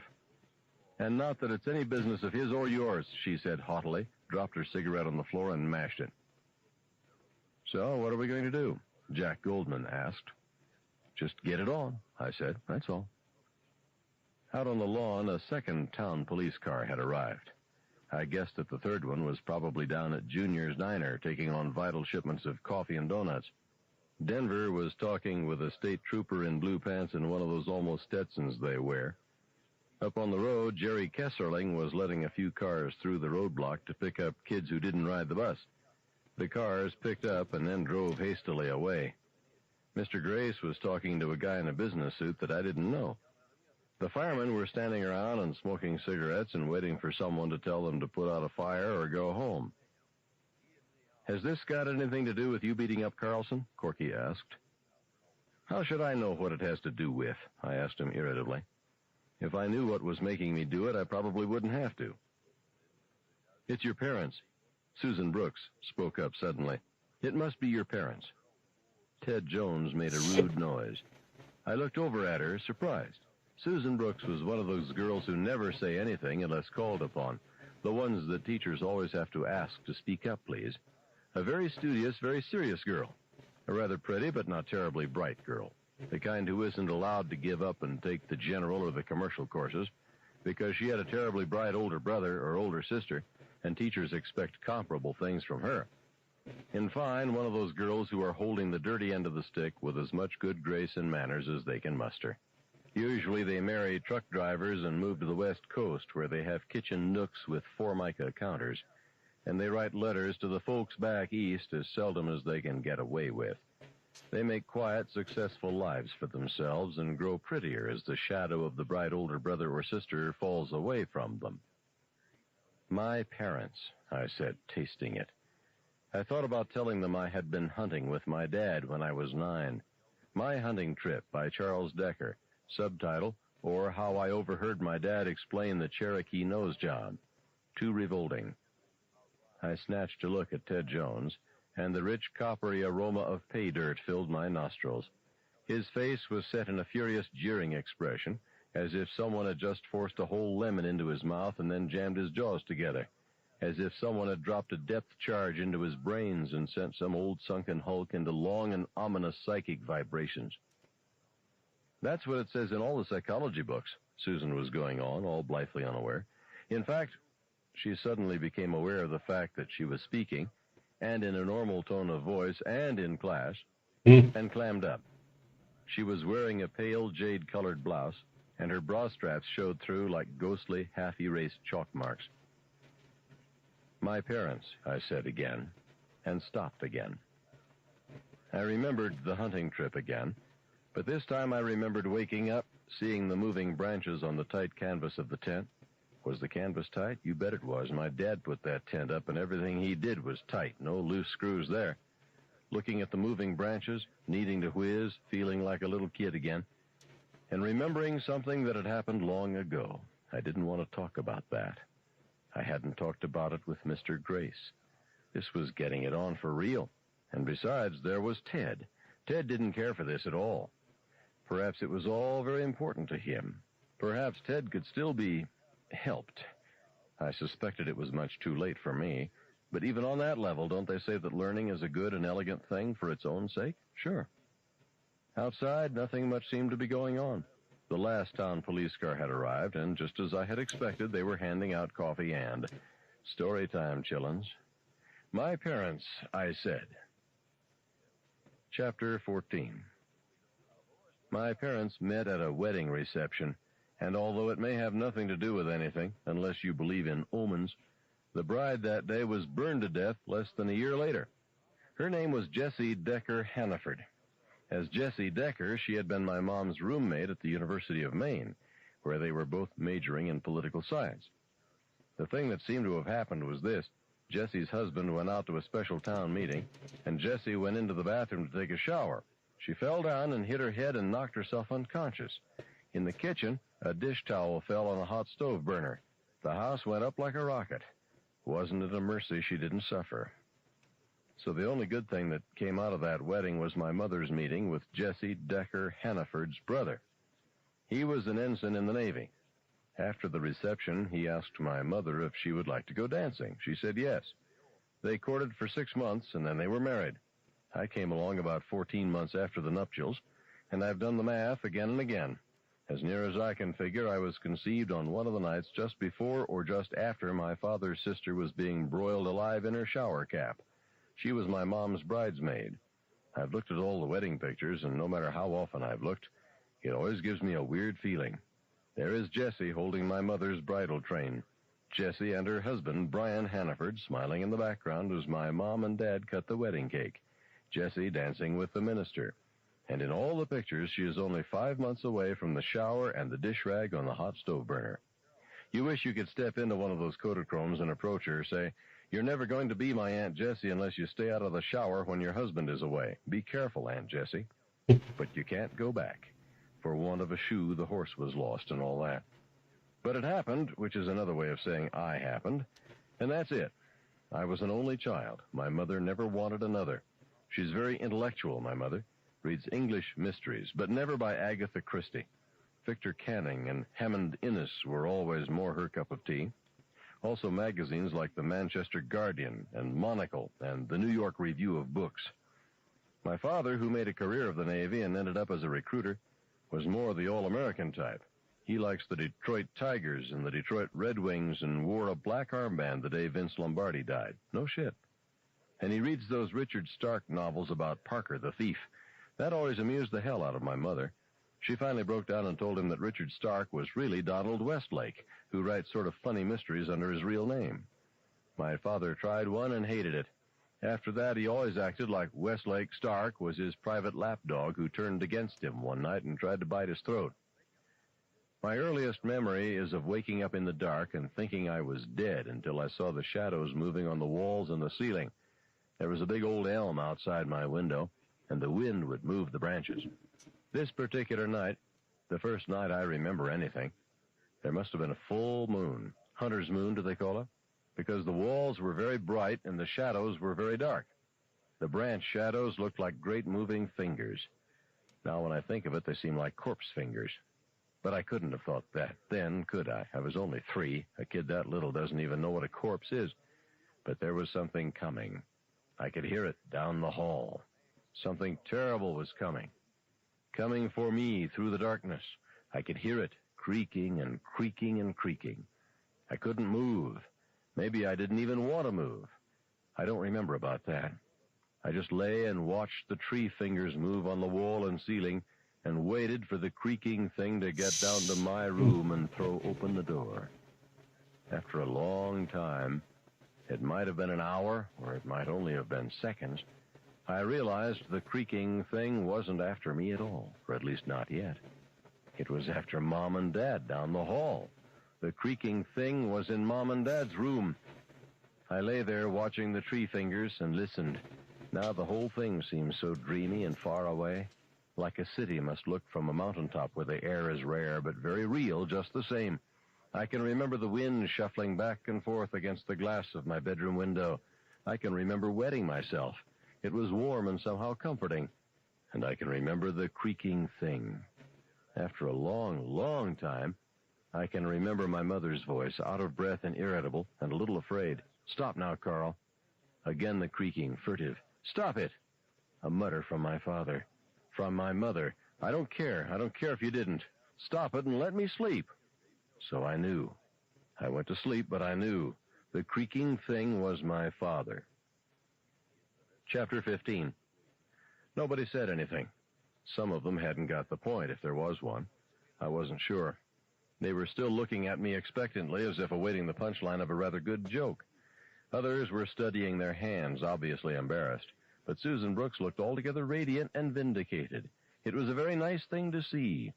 I felt like a farmer spreading shit and growing corn. Still, nobody said anything. The clock buzzed away with a vague kind of determination. I looked down at Mrs. Underwood. Her eyes were half open, glazed, gummy. She looked no more important than a woodchuck I had once blown away with my father's 410. A fly was unctuously washing its paws on her forearm. Feeling a little disgusted, I waved it away. Outside, 4 more police cars had arrived. Other cars were parked along the shoulder of the highway for as far as I could see beyond the roadblock. Quite a crowd was gathering. I sat back, dry scrubbed the side of my face with my hand, and looked at Ted. He held up his fists to shoulder height, smiled, and popped up the middle fingers on each one. He didn't speak, but his lips moved, and I read it easily. Shit.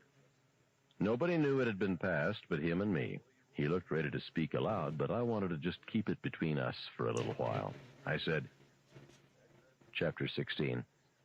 My dad has hated me for as long as I can remember. That's a pretty sweeping statement, and I know how phony it sounds. It sounds petulant and really fantastic. The kind of weapon kids always use when the old man won't come across with a car for your heavy date at the drive-in with Peggy Sue, or when he tells you that if you flunk world history the second time through, he's going to beat the living hell out of you.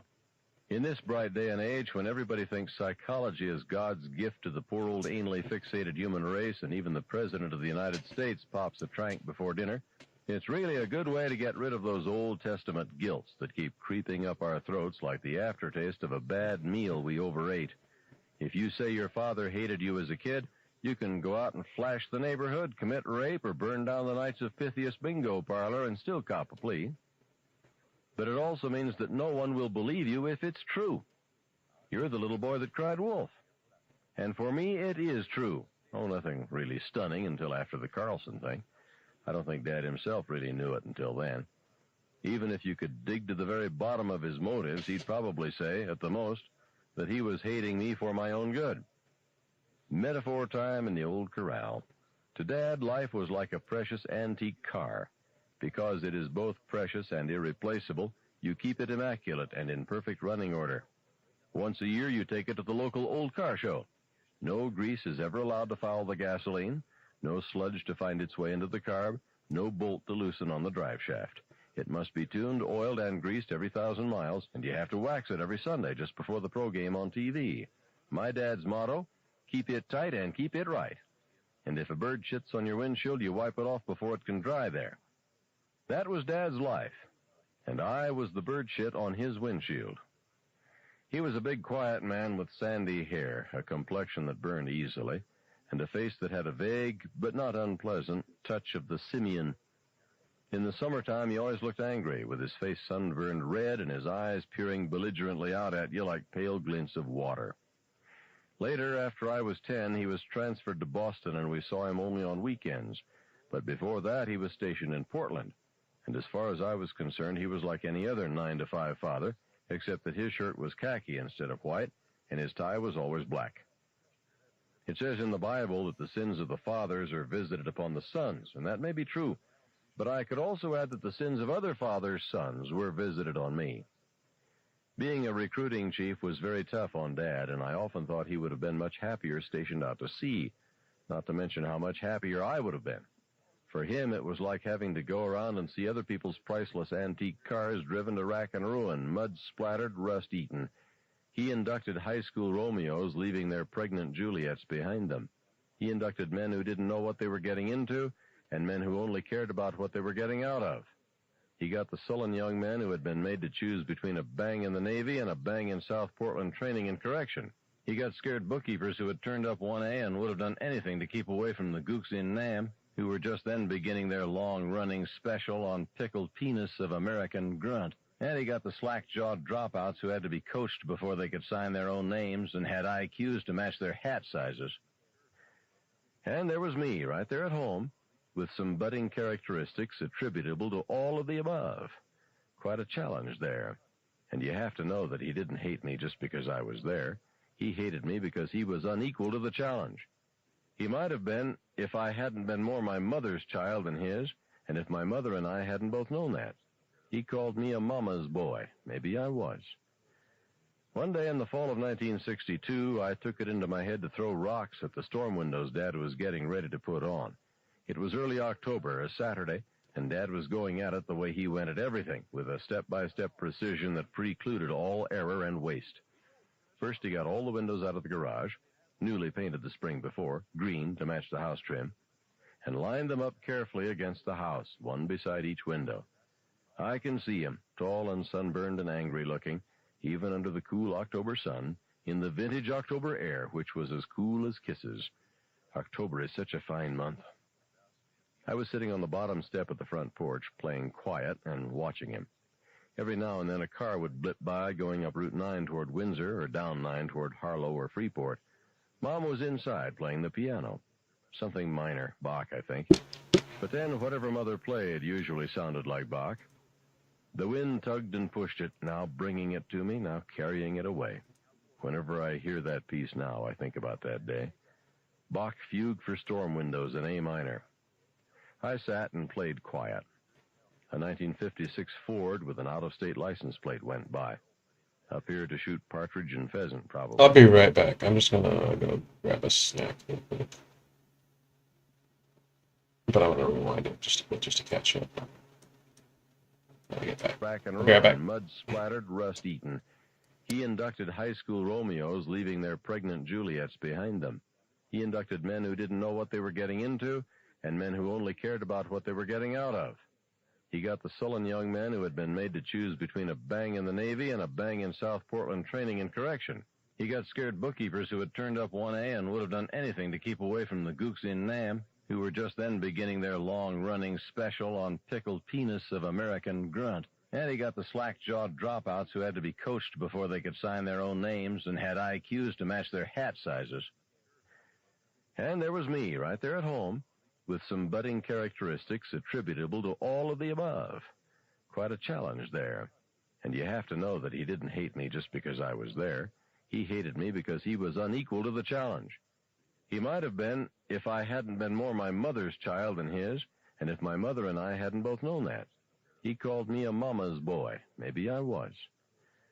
One day in the fall of 1962, I took it into my head to throw rocks at the storm windows Dad was getting ready to put on. It was early October, a Saturday, and Dad was going at it the way he went at everything, with a step-by-step precision that precluded all error and waste. First, he got all the windows out of the garage, newly painted the spring before, green to match the house trim, and lined them up carefully against the house, one beside each window. I can see him, tall and sunburned and angry looking, even under the cool October sun, in the vintage October air, which was as cool as kisses. October is such a fine month. I was sitting on the bottom step of the front porch, playing quiet and watching him. Every now and then a car would blip by, going up Route 9 toward Windsor or down 9 toward Harlow or Freeport. Mom was inside playing the piano. Something minor, Bach, I think. But then whatever Mother played usually sounded like Bach. The wind tugged and pushed it, now bringing it to me, now carrying it away. Whenever I hear that piece now, I think about that day. Bach Fugue for Storm Windows in A minor. I sat and played quiet. A 1956 Ford with an out-of-state license plate went by. Up here to shoot partridge and pheasant, probably. A robin landed by the elm tree that threw shadows on my bedroom wall at night and pecked through the fallen leaves for a worm. My mother played on, right hand rippling the melody, left hand counterpointing it. Mother could play wonderful boogie-woogie when the urge struck her, but it didn't often. She just didn't like it, and it was probably just as well.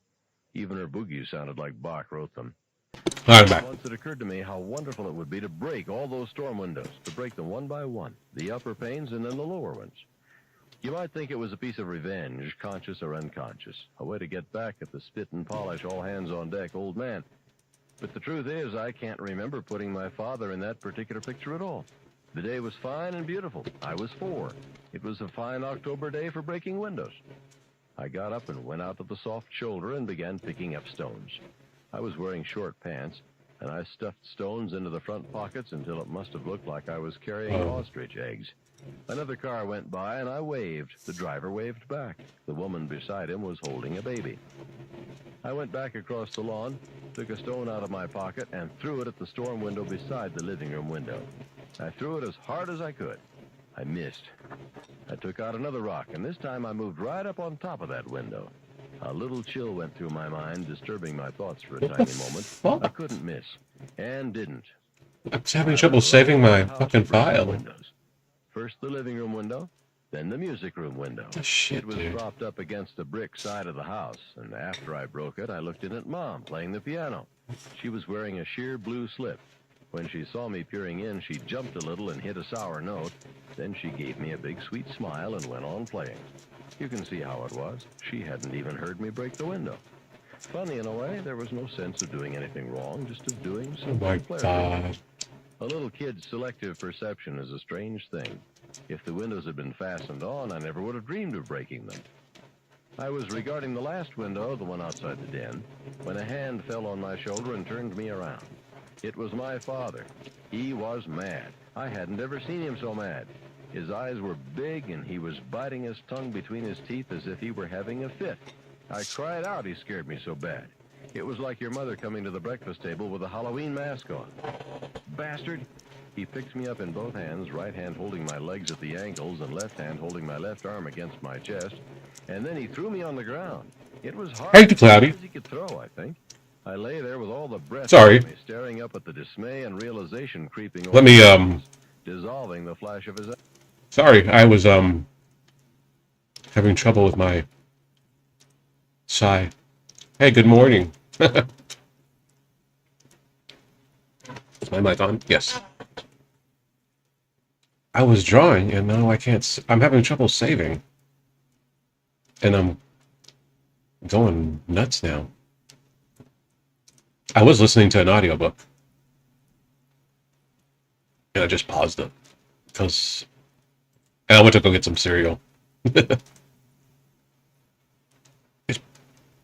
early. And I don't wait. I don't know why this shit's not saving. All of a sudden, it was saving all right yesterday and earlier. What the fuck, dude? I don't want to fucking lose this. I was working on this for like a couple of hours now.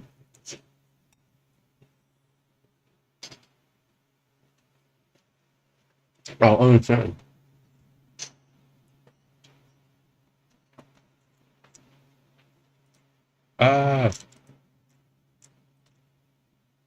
It's so weird.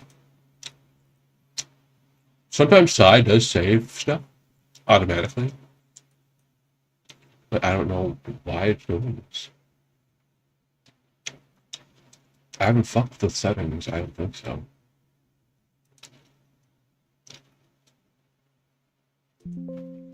Okay.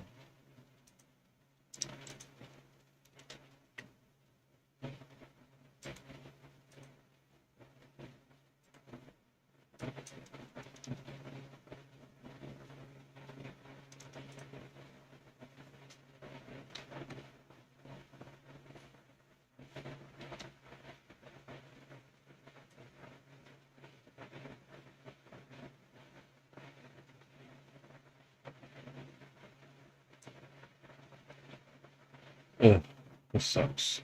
I don't know what's up.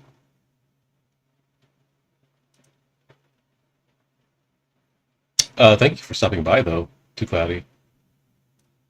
If you're still there. Sorry, I was, either getting cereal while you were asking where I was, or distracted by my stupid paint tool sigh.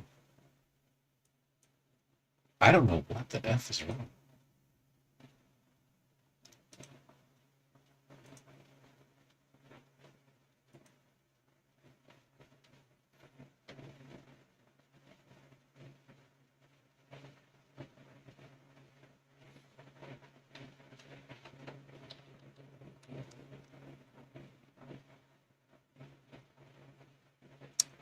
God damn it.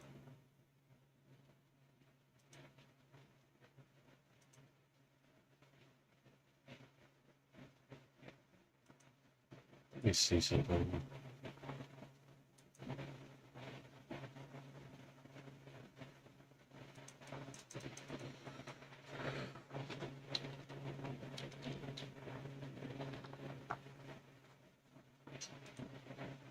What the fuck, man? It's pissing me off, dude.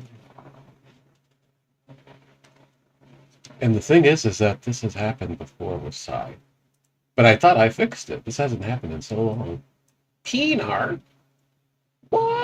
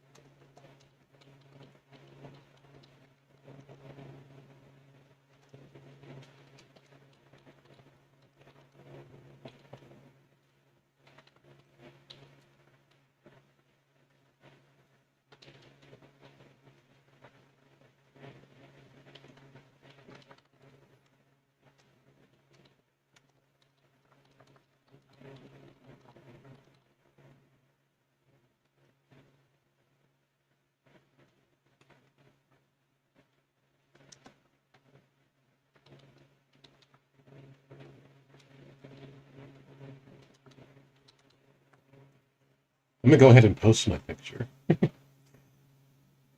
Even though it's all not really finished.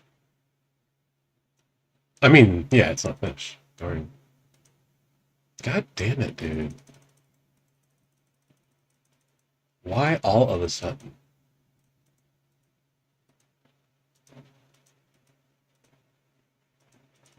This is stupid. It's effing dumb.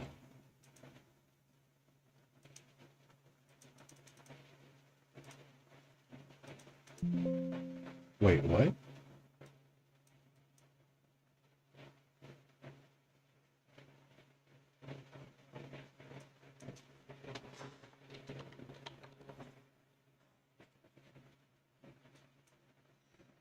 Okay, I figured it out. I don't know what I was doing wrong. I think it's because I was saving in one of these stupid, I was about to fucking crash out. But I saved it, so I'm not about to rage or punch myself. Too Cloudy. It is alright. My crisis is alleviated. And I can go back to drawing in a moment. I do have to bio break real quick. I'll BRB. I'll stream a little more since I figure out what I was doing wrong. Anyway, I'll BRB. White Ranger, activate Saba, the talking saber, and follow his instructions. Tiger Sword Power, now! Now you're ready to fight. And sound the call to battle. And now, really grab the power. The power cannon. Its 5 Powerball ammunition load is harmless to humans, but not to evil space aliens. Add even more power with the Power Gun Sword. Mighty Morphin Power Rangers from Bandai. Grab the power.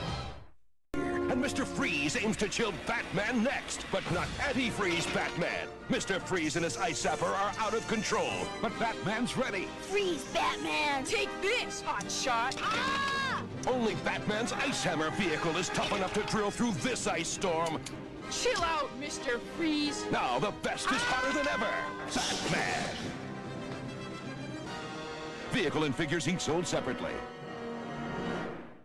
The hearts of men, the Shadow knows. The evil Khan calls on his fiendish friend Dr. Makino. But Ninja Shadow with blazing eyes has the power to stop them. Makino and Khan take off. Ninja Shadow chases them in his Mirage, each sold separately. Will they get away? Who knows? The Shadow knows. Now you can get a free Shadow Agent's ring. It changes. Just like in the movie. Send in 2 proofs of purchase from any Shadow toys for your free Shadow hologram ring. Wow. The Shadow knows. Now you can be as clever as Kevin with Tiger's new Talkboy tape recorder. Stop drooling on me. Stop drooling on me. It even has speed control. Hi, kids. We're home early. Hi, kids. We're home early. Tiger's new Talkboy tape recorder comes with audio cassette. Now have more Home Alone fun with Tiger's new Home Alone 2 handheld game. Savage Hunter, Aliens vs. Predator, with awesome new Predators. Clan Leader attacks with whipping dreadlocks. And Stalker, glowing in the dark, fires his spear. Suddenly, flipping up his attack spikes the wild boar alien charges. And the ferocious mother alien in her monstrous hive traps Spiketail, then covers him in ooze. Ooze 'em! Who will survive? Aliens vs. Predator. Queen Hive playset comes with mother alien figure and ooze. Other figures sold separately. It's a countdown to the ultimate showdown, and Guile is going wild, diving into adventure, stalking the shadows, blasting like a blizzard, his punching sonic boom. Smells M. Bison's doom! Now comes Street Fighter, figure sold separately. Extreme Hero G.I. Joe! It's the all-new G.I. Joe Extreme. Bigger, bolder, and battle-ready. Lieutenant Stone leads the all-new Joes with Ultra Slam firepower against the evil Iron Claw and his Scar forces. Scar's Bone Splitter tank is brutal, but the 2-in-1 Sand Striker strikes back with long-distance Scar resistance.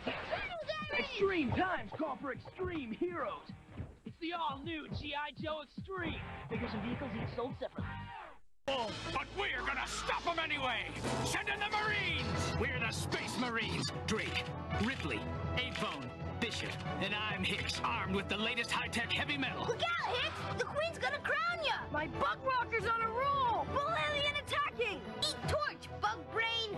Alien invasion problem? Send in the Marines! Aliens! Send in the Marines! Space Marines! Aliens! Cool! It makes sound! Is that so? Skeleton! The Power Sword makes 8 action sounds.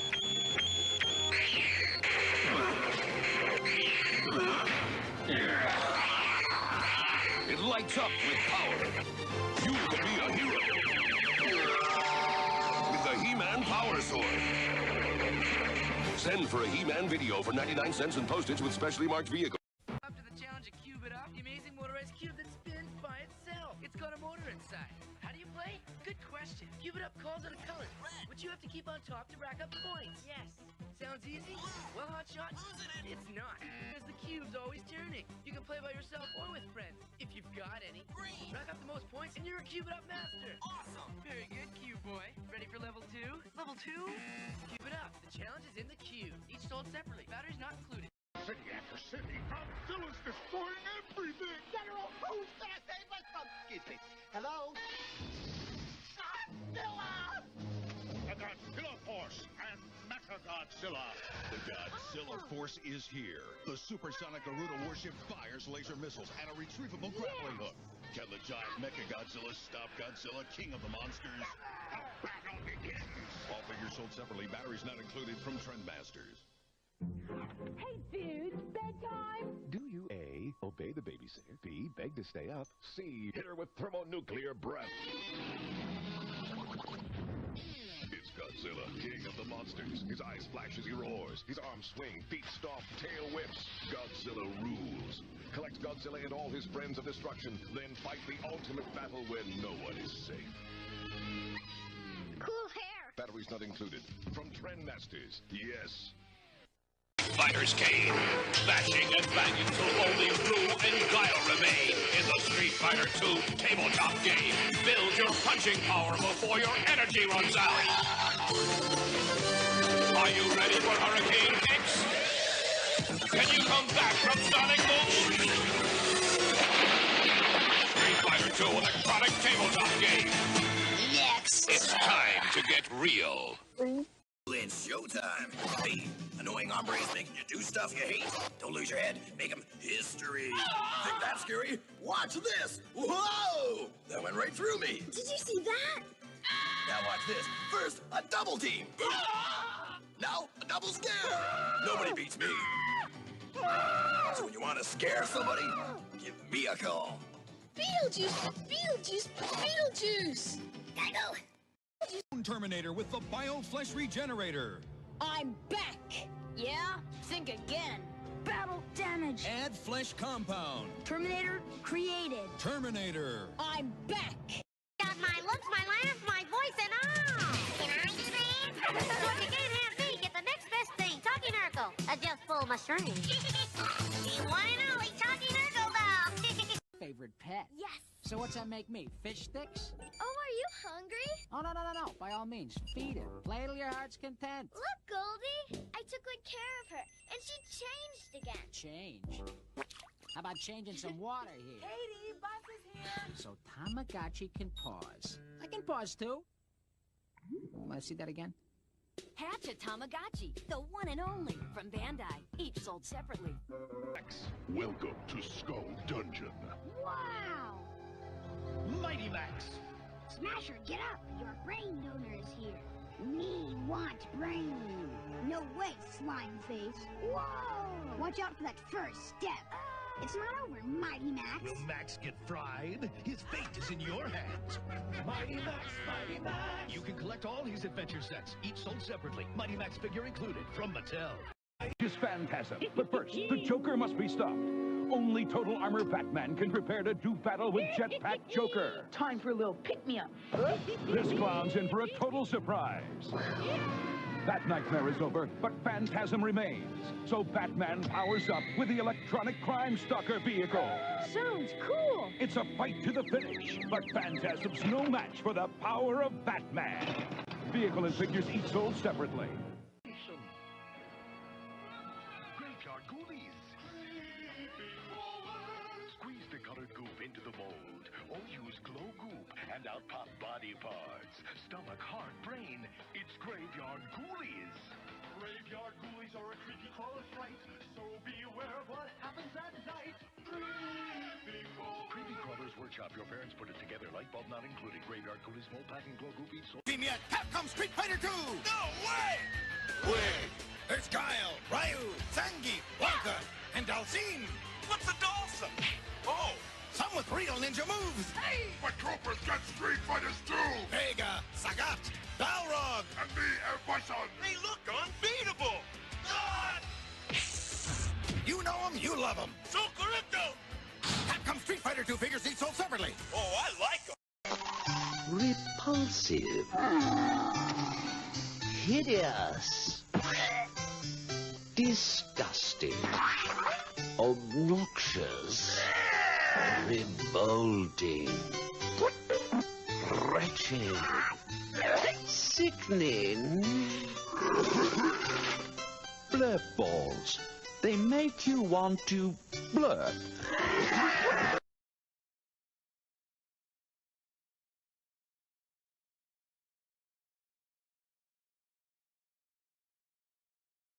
White Ranger, activate Saga the Talking Saber and follow his instructions. Tower, now! Now you're ready to fight. And sound the call to battle. And now, really grab the power. The Power Cannon. Its 5 Powerball ammunition load is harmless to humans, but not to evil space aliens. Add even more power with the Power Gun Sword. Mighty Morphin Power Rangers from Bandai. Grab the power.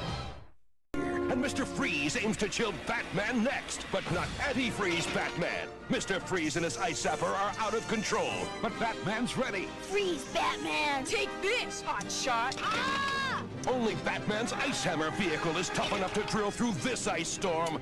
Chill out, Mr. Freeze. Now the best is hotter than ever. Batman. Vehicle and figures each sold separately. In the hearts of men, the Shadow knows. The evil Khan calls on his fiendish friend Dr. Makino. But Ninja Shadow with blazing eyes has the power to stop them. Makino and Khan take off. Ninja Shadow chases them in his Mirage, each sold separately. Will they get away? Who knows? The Shadow knows. Now you can get a free Shadow Agent's ring. It changes. Just like... Okay, I'm back. Happy, happy, happy.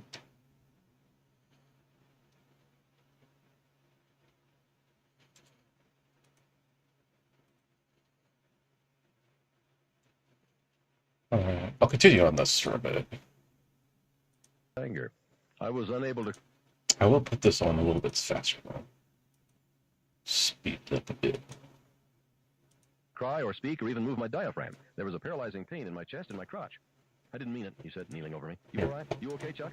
Chuck was what he called me when we were playing toss in the backyard. My lungs operated in a spasmodic lurching gasp. I opened my mouth and let out a huge screaming bray. The sound scared me, and the next scream was even louder. Tears turned everything to prisons. The sound of the piano stopped. You shouldn't have broken those windows, he said. Anger was replacing dismay. Now shut up. Be a man, for God's sake. He jerked me roughly to my feet just as Mom flew around the corner of the house, still in her slip. He broke all the storm windows, my father said. Go put something on. What's the matter? She cried. Oh, Charlie, did you cut yourself? Where? Show me where. He isn't cut, Dad said disgustedly. He's afraid he's going to get licked, and he damned well is. I ran to my mother and pressed my face into her belly, feeling the soft, comforting silk of her slip, smelling her sweet smell. My whole head felt swollen and pulpy like a turnip. My voice had turned into a cracked donkey bray. I closed my eyes tightly. What are you talking about licking him? He's purple. If you've hurt him, Carl. He started to cry when he saw me coming, for Christ's sake. The voices were coming from high above me, like amplified declarations from mountaintops. There's a car coming, he said. Go inside, Rita. Come on, love, my mother said. Smile for Mommy. Big smile. She pushed me away from her stomach and wiped tears from under my eyes. Big Did you smile. let your mother wipe your tears away? About that, the hack poets are right. It's one of life's great experiences, right up there with your first ball game and your first wet dream. There, honey, there. Didn't mean to be cross. That was Sam Castingway and his wife, my father said. Now you've given that motor mouth something to talk about. I hope... Come on, Charlie, she said, taking my hand. We'll have chocolate in my sewing room. The hell you will, Dad said curtly. I looked back at him. His fists were clenched angrily as he stood in front of the one window he had saved. He'll just puke it up when I whale the tar out of him. You'll whale no tar out of anyone, she said. You've scared him half to death already. Then he was over to her, not minding her slip anymore, or Sam and his wife. He grabbed her shoulder and pointed to the jagged kitchen storm window. Look, he did that, and now you want to give him chocolate. He's no baby anymore, Rita. It's time for you to stop giving him the tit. I cringed against her hip, and she wrenched her shoulder away. White finger marks stood out on her flesh for a moment and then filled in red. Go inside, she said calmly. You're being quite foolish, Carl. I'm going to... Don't tell me what you'll do, she shouted suddenly, advancing on him. He flinched away instinctively. Go inside. You've done enough damage. Go inside. Go find some of your friends and have drinks. Go anywhere, but get out of my sight. Punishment, he said deliberately. Did anyone teach you that word in college, or were they too busy filling you full of that liberal bullshit? Next time, he may break something more valuable than a few storm windows. A few times after that, he may break your heart. Wanton destruction. Get out, she screamed. I began to cry again and shrank away from them both. For a moment, I stood between, tottering, and then my mother gathered me up. It's all right, honey, she was saying. But I was watching my father, who had turned and was stomping away like a surly little boy. It wasn't until then, until I had seen with what practiced and dreadful ease he had been banished, that I began to dare to hate him back. While my mother and I were having cocoa in her sewing room, I told her how Dad had thrown me on the ground. I told her Dad had lied. It made me feel quite wonderful and strong. Chapter 17. What happened then? Susan Brooks asked breathlessly. Not much, I said. It blew over. Now that it was out, I found myself mildly surprised that it had stuck in my throat so long. I once knew a kid, Herc Orville, who ate a mouse. I dared him, and he swallowed it, raw. It was just a small field mouse, and it didn't look hurt at all when we found it. Maybe it had just died of old age. Anyway, Herc's mom was out hanging clothes, and she just happened to look over at us, sitting in the dirt by the back step. She looked just in time to see the mouse going down Herc's throat head first. She screamed. What a fright it can give you when a grown-up screams, and ran over and put her finger down Herc's throat. Herc threw up the mouse, the hamburger he'd eaten for lunch, and some pasty glop that looked like tomato soup. He was just starting to ask his mother what was going on when she threw up. And there, in all that puke, that old dead mouse didn't look bad at all. It sure looks better than the rest of the stuff. The moral seemed to be that puking up your past, when the present is even worse, makes some of the vomitus look nearly tasty. I started to tell them that, and then decided it would only revolt them, like the story of the Cherokee nose job. Dad was in the doghouse for a few days, that was all. No divorce, no big thing. Carol Granger started to say something, and that was when Ted stood up. His face was pale as cheese, except for two burning patches of red, one above each cheekbone. He was grinning. Did I tell you he wore his hair in a duck's ass cut? Grease, out of style, not cool. But Ted got away with it. In that click of a second when he stood up, he looked like the ghost of James Dean come to get me, and my heart quailed. I'm going to take that gun away from you now, tin shit, he said, grinning. His teeth were white and even. I had to fight hard to keep my voice steady, but I think I did pretty well. Sit down, Ted. Ted didn't move forward, but I could see how badly he wanted to. That makes me sick, you know what? Trying to blame something like this on your folks. Did I say I was trying to? Shut up, he said in a rising, strident voice. You killed 2 people. How really observant of you to notice, I said. He made a horrible rippling movement with his hands, holding them at waist level, and I knew that in his mind he had just grabbed me and eaten me. Put that down, Charlie, he said, grinning. Just put that gun down and fight me fair. Why did you quit the football team, Ted? I asked amiably. It was very hard to sound amiable, but it worked. He looked stunned, suddenly unsure, as if no one but the stolidly predictable coach had ever dared ask him that. He looked as if he had suddenly become aware of the fact that he was the only one standing. It was akin to the look a fellow gets when he realizes his zipper is down and is trying to think of a nice, unobtrusive way to get it back up, so it will look like an act of God. Never mind that, he said. Put down that gun. It sounded melodramatic as hell. Phony. He knew it. Afraid for your balls? Your ever-loving sack? Was that it? Irma Bates gasped. Sylvia, however, was watching with a certain predatory interest. He sat down suddenly in his seat, and somebody chuckled in the back of the room. I've always wondered exactly who that was. Dick Keene? Harmon Jackson? But I saw their faces, and what I saw surprised me. You might even say it shocked me, because there was pleasure there. There had been a showdown, a verbal shootout, you might say, and I had won. But why did that make them happy? Like those maddening pictures you sometimes see in the Sunday paper. Why are these people laughing? Turn to page 41. Only there was no page for me to turn to. And it's important to know, you know. Why are these people laughing? Whatever brains I have left, and I don't know. They're laughing at you. Himself, handsome and brave, full of the same natural machismo that keeps the wars well attended. Simple jealousy, then. The need to see everyone at the same level, gargling in the same rat race choir, to paraphrase Dylan.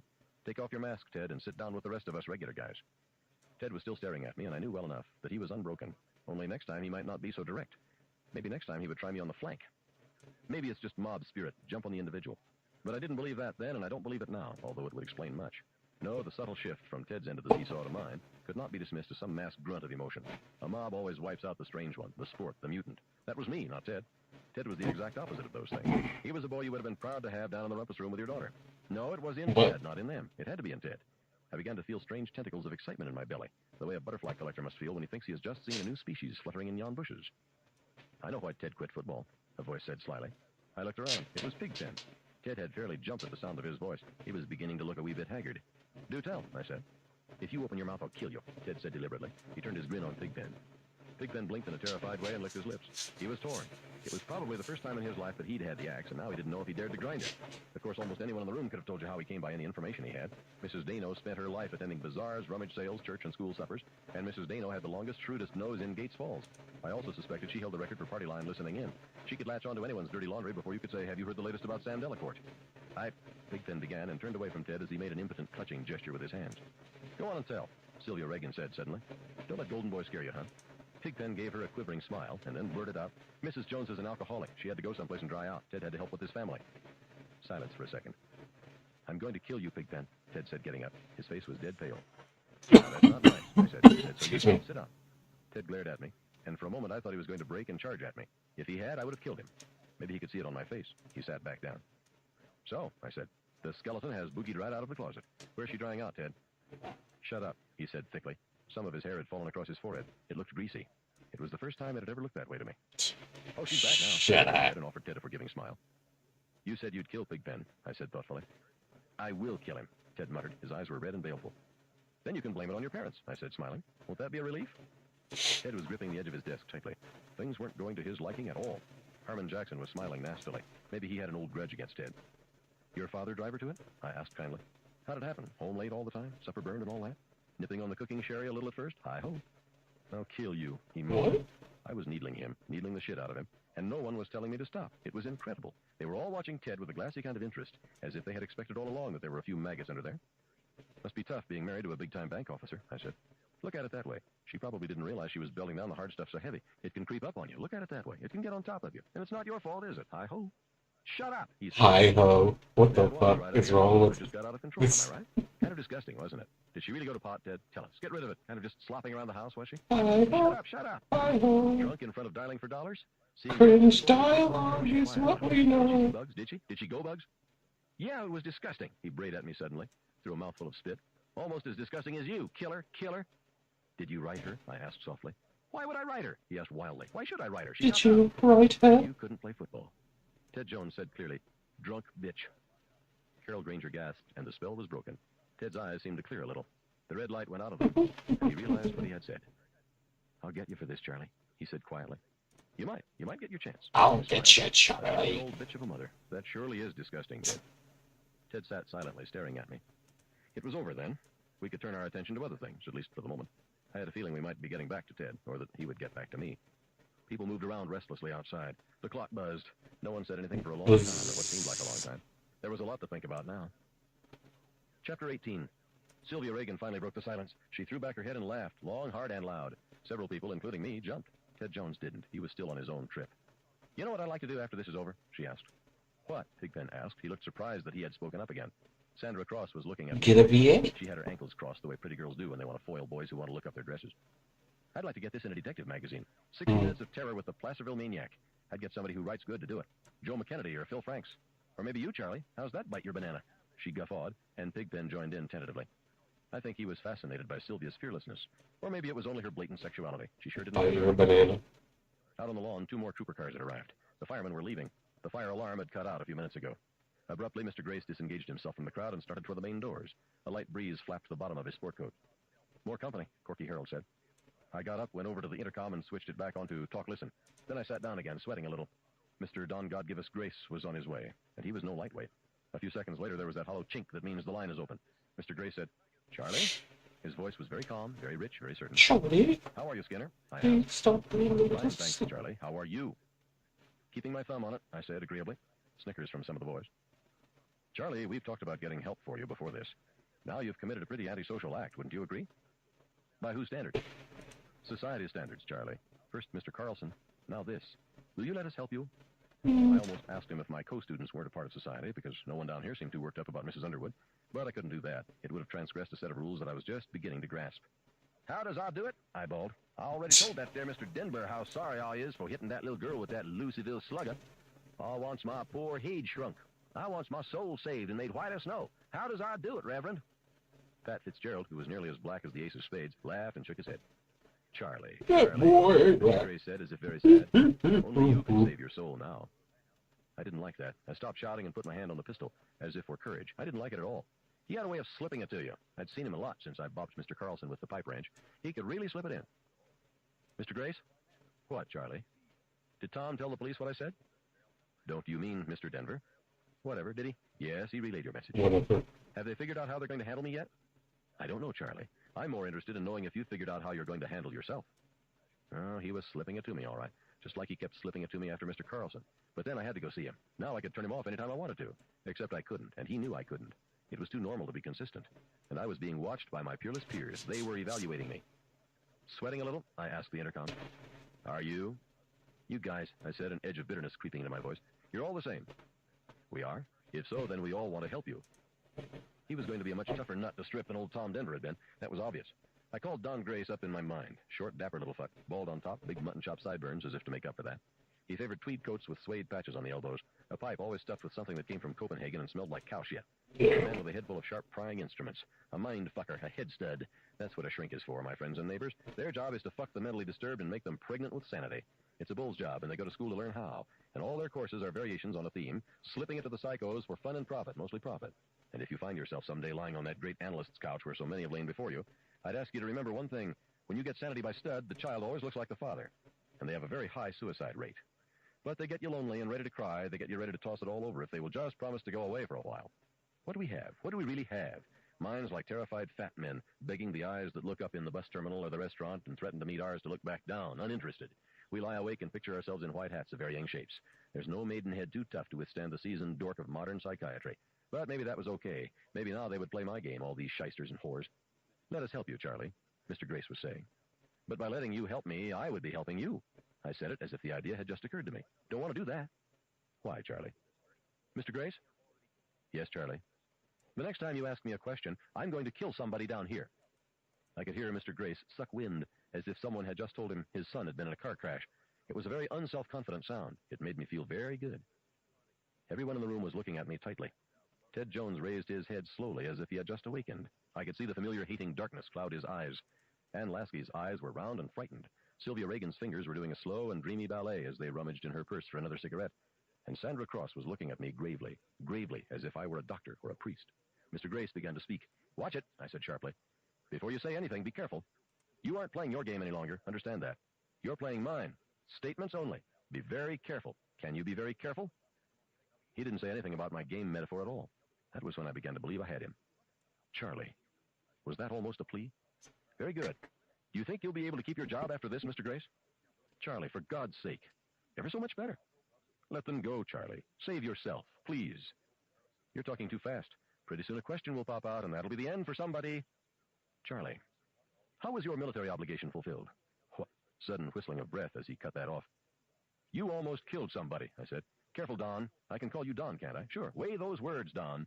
I was reaching out for him. I was going to break him. In that second, it seemed as if maybe I could break them all. I think I better sign off for the moment, Charlie. If you go before I say you can, I'll shoot somebody. What you're going to do is sit there and answer my questions. The first sweaty desperation, as well concealed as underarm perspiration at the junior prom. I really mustn't, Charlie. I can't take the responsibility for... Responsibility? I screamed. My God, you've been taking the responsibility ever since they let you loose from college. Now you want to cop out the first time your bare ass is showing. But I'm in the driver's seat, and by God, you'll pull the car. Or I'll do just what I said. Do you dig it? Do you understand me? I won't play a cheap parlor game with human lives for party favors, Charlie. Congratulations to you, I said. You just described modern psychiatry. That ought to be the textbook definition, Don. Now, let me tell you, you'll take a piss out the window if I tell you to. And God help you if I catch you in a lie. That will get somebody killed, too. Ready to bare your soul, Don? Are you on your mark? He drew in his breath raggedly. He wanted to ask if I really meant it, but he was afraid I might answer with the gun instead of my mouth. He wanted to reach out quick and shut off the intercom, but he knew he would hear the echo of the shot in the empty building, rolling around in the corridor below him like a bowling ball up a long alley from hell. All right, I said. I unbuttoned my shirt cuffs. Out on the lawn, the cops and Tom Denver and Mr. Johnson were standing around restlessly, waiting for the return of their Tweety bull stud. Read my dreams, Sigmund. Squirt 'em with the sperm of symbols and make 'em grow. Show me how we're different from, say, rabid dogs or old tigers full of bad blood. Show me the man hiding between my wet dreams. They had every reason to be confident, although they did not look confident. In the symbolic sense, Mr. Grace was pathfinder of the Western world, bull stud with a compass. Natty Bumpo was breathing raggedly from the little latticed box over my head. I wondered if he'd read any good rapid eye movements lately. I wondered what his own would be like when night finally came. All right, Don, let's get it on. Chapter 19. How was your military obligation fulfilled? In the Army, Charlie. This isn't going to accomplish anything. In what capacity? As a doctor. Psychiatrist? No. How long have you been a practicing psychiatrist? 5 years. Have you ever eaten your wife out? What? Terrified, angry pause. I don't know the meaning of the phrase. I'll rephrase it then. Have you ever engaged in oral genital practices with your wife? I won't answer that. You have no right. I have all the rights. You have none. Answer or I'll shoot someone. And remember, if you lie and I catch you in a lie, I'll shoot someone. Have you ever engaged in? No. How long have you been a practicing psychiatrist? 5 years. Why? Well, because it fulfills me as a person. Has your wife ever had an affair with another man? No. Another woman? No. How do you know? She loves me. Has your wife ever given you a blowjob, Don? I don't know what you know goddamn well what I mean. No, Charlie, I ever cheat on an exam in college? You've never had a blowjob. You've never ate out your wife. What the hell is wrong with you? I pounced. Then how can you say your wife has never engaged in oral genital sex practices with you? I never. Charlie. He lied. Where did you do your basic training? Fort Benning. What year? I don't remember. Give me a year or I'm going to shoot somebody down here. 1956. Were you a grunt? I don't. Were you a grunt? Were you a dog face? I was an officer. First lieutenant. I didn't ask you for that. I screamed. Charlie, for God's sake, calm down. What year was your military obligation fulfilled? In 1960.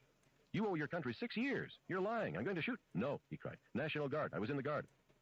What was your mother's maiden name? Gavin. Why? Well, I don't know what you... Why was her maiden name Gavin? Because her father's name was Gavin. Charlie. In what year did you do your basic training? What? 1956. You're lying. Caught you, didn't I, Don? No. You started to say 57. I was mixed up. I'm going to shoot somebody. In the guts, I think. Yes. Charlie, for Jesus' sake. Don't let it happen again. You were a grunt, right? In the Army? Yes. No, I was an officer. What was your father's middle name? John.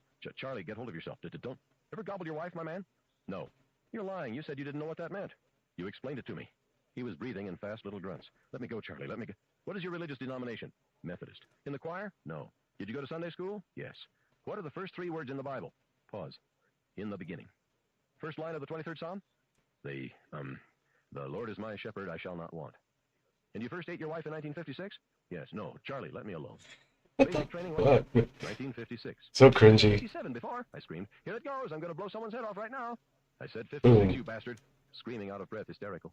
What happened to Jonah, Don? He was swallowed by a whale. The Bible says big fish, Don. Is that what you meant? Yeah, big fish. Of course it was. Pitifully eager. Who built the ark? Noah. Where did you do your basic? Fort Benning. More confident, familiar ground. He was letting himself be lulled. Ever eaten your wife? No. What? No. What's the last book in the Bible, Don? Revelations. Actually, it's just Revelation. No S, right? Right, sure, right. Who wrote it? John. What was your father's middle name? John. Ever get a revelation from your father, Don? A strange, high, cackling laugh from Don Grace. Some of the kids blinked uneasily at the sound of that laugh. No, Charlie, I can't say that I ever did. What was your mother's maiden name? Gavin. Is Christ numbered among the martyrs? Yes. He was too Methodist to really be sure. How was he martyred? By the cross, crucified. What did Christ ask God on the cross? My God, why hast thou forsaken me? Don? Yes, Charlie. What did you just say? I said, my God, why... Pause. Oh, no, Charlie, that's not fair. You asked a question. You tricked me. You just killed someone, Don. Sorry. No. I fired the pistol into the floor. The whole class, which had been listening with taut, hypnotic attention, flinched. Several people screamed. Pigpen fainted again, and he struck the floor with a satisfying meat thump. I don't know if the intercom picked it up, but it really didn't matter. Mr. Grace was crying, sobbing like a baby. Satisfactory, I said to no one in particular. Very satisfactory. Things seemed to be progressing nicely. I let him sob for the best part of a minute. The cops had started toward the school at the sound of the shot, but Tom Denver, still betting on his shrink, held them back, and so that was all right. Mr. Gray sounded like a very small child, helpless, hopeless.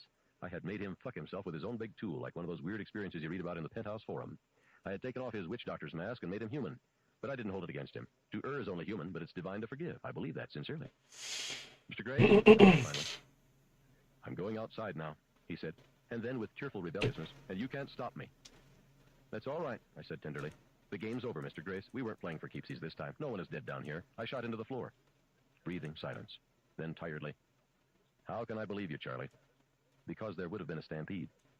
Instead of saying that, I pointed. Ted? This is Ted Jones, Mr. Grace, Ted said mechanically.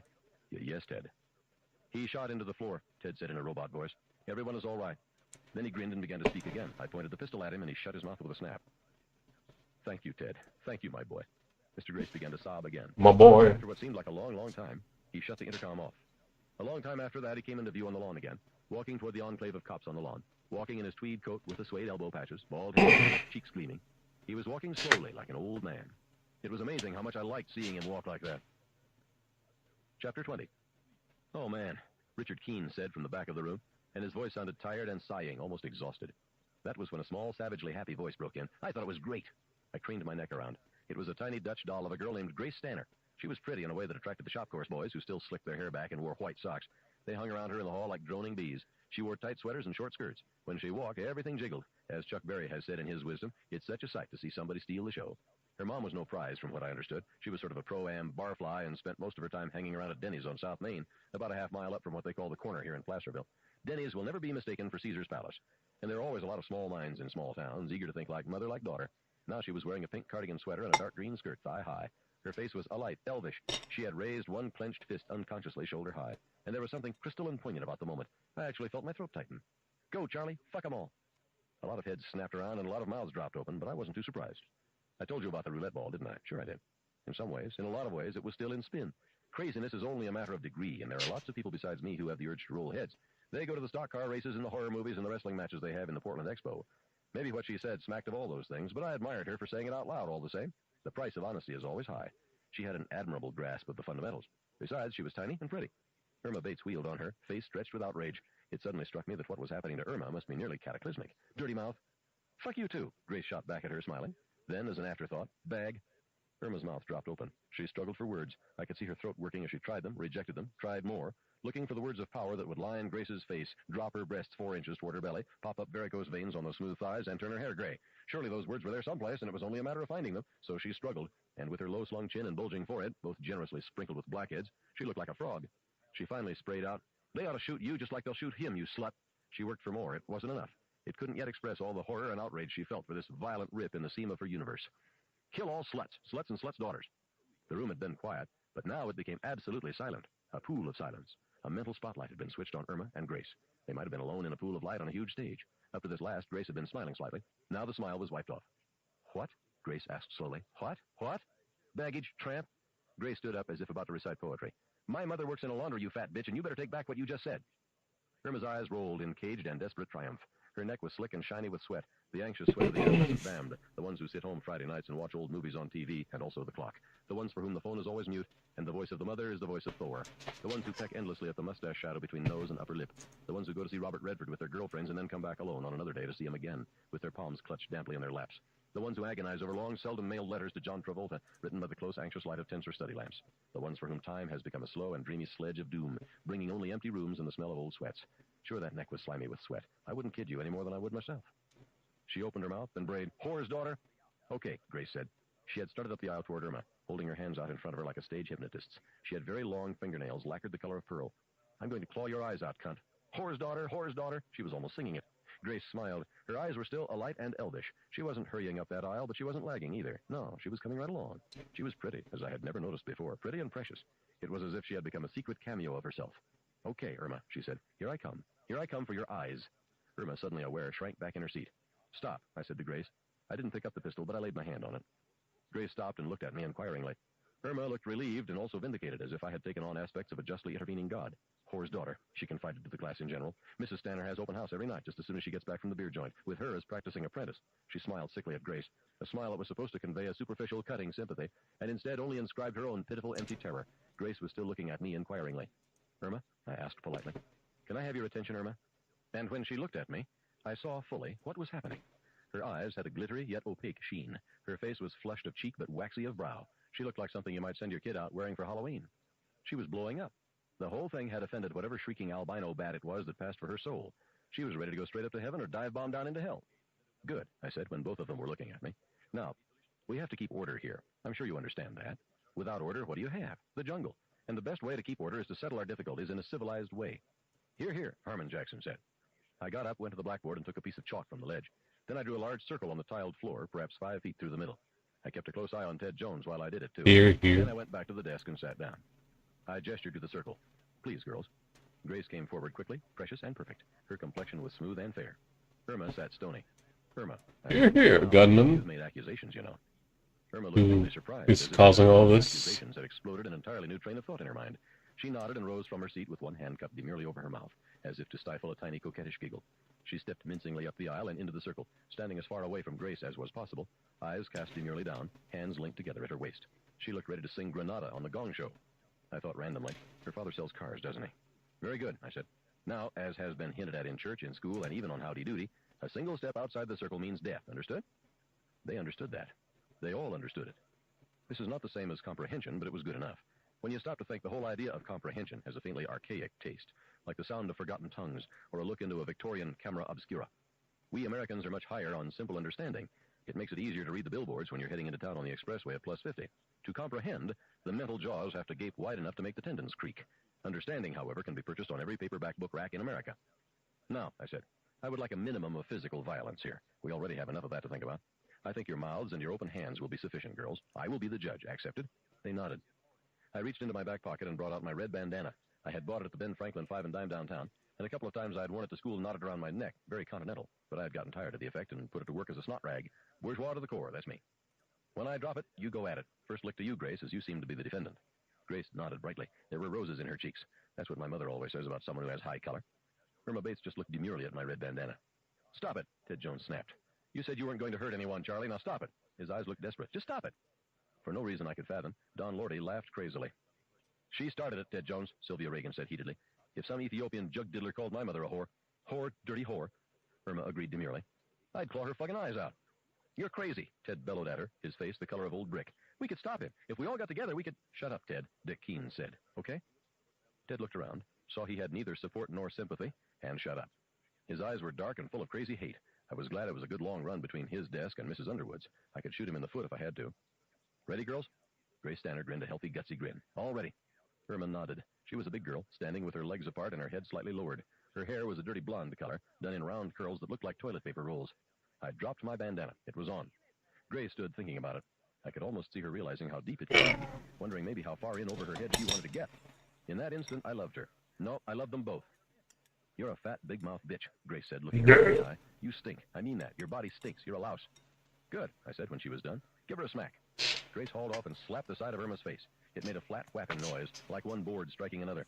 Her sweater pulled up above the waistband of her skirt with a swing of her arm. Corky Harold went, under his breath. Irma let out a whooping grunt. Her head snapped back, her face screwed up. She didn't look demure anymore. There was a large hectic patch on her left cheek. Grace threw back her head, drew a sudden knife breath, and stood ready. Her hair spilled over her shoulders, beautiful and perfect. She waited.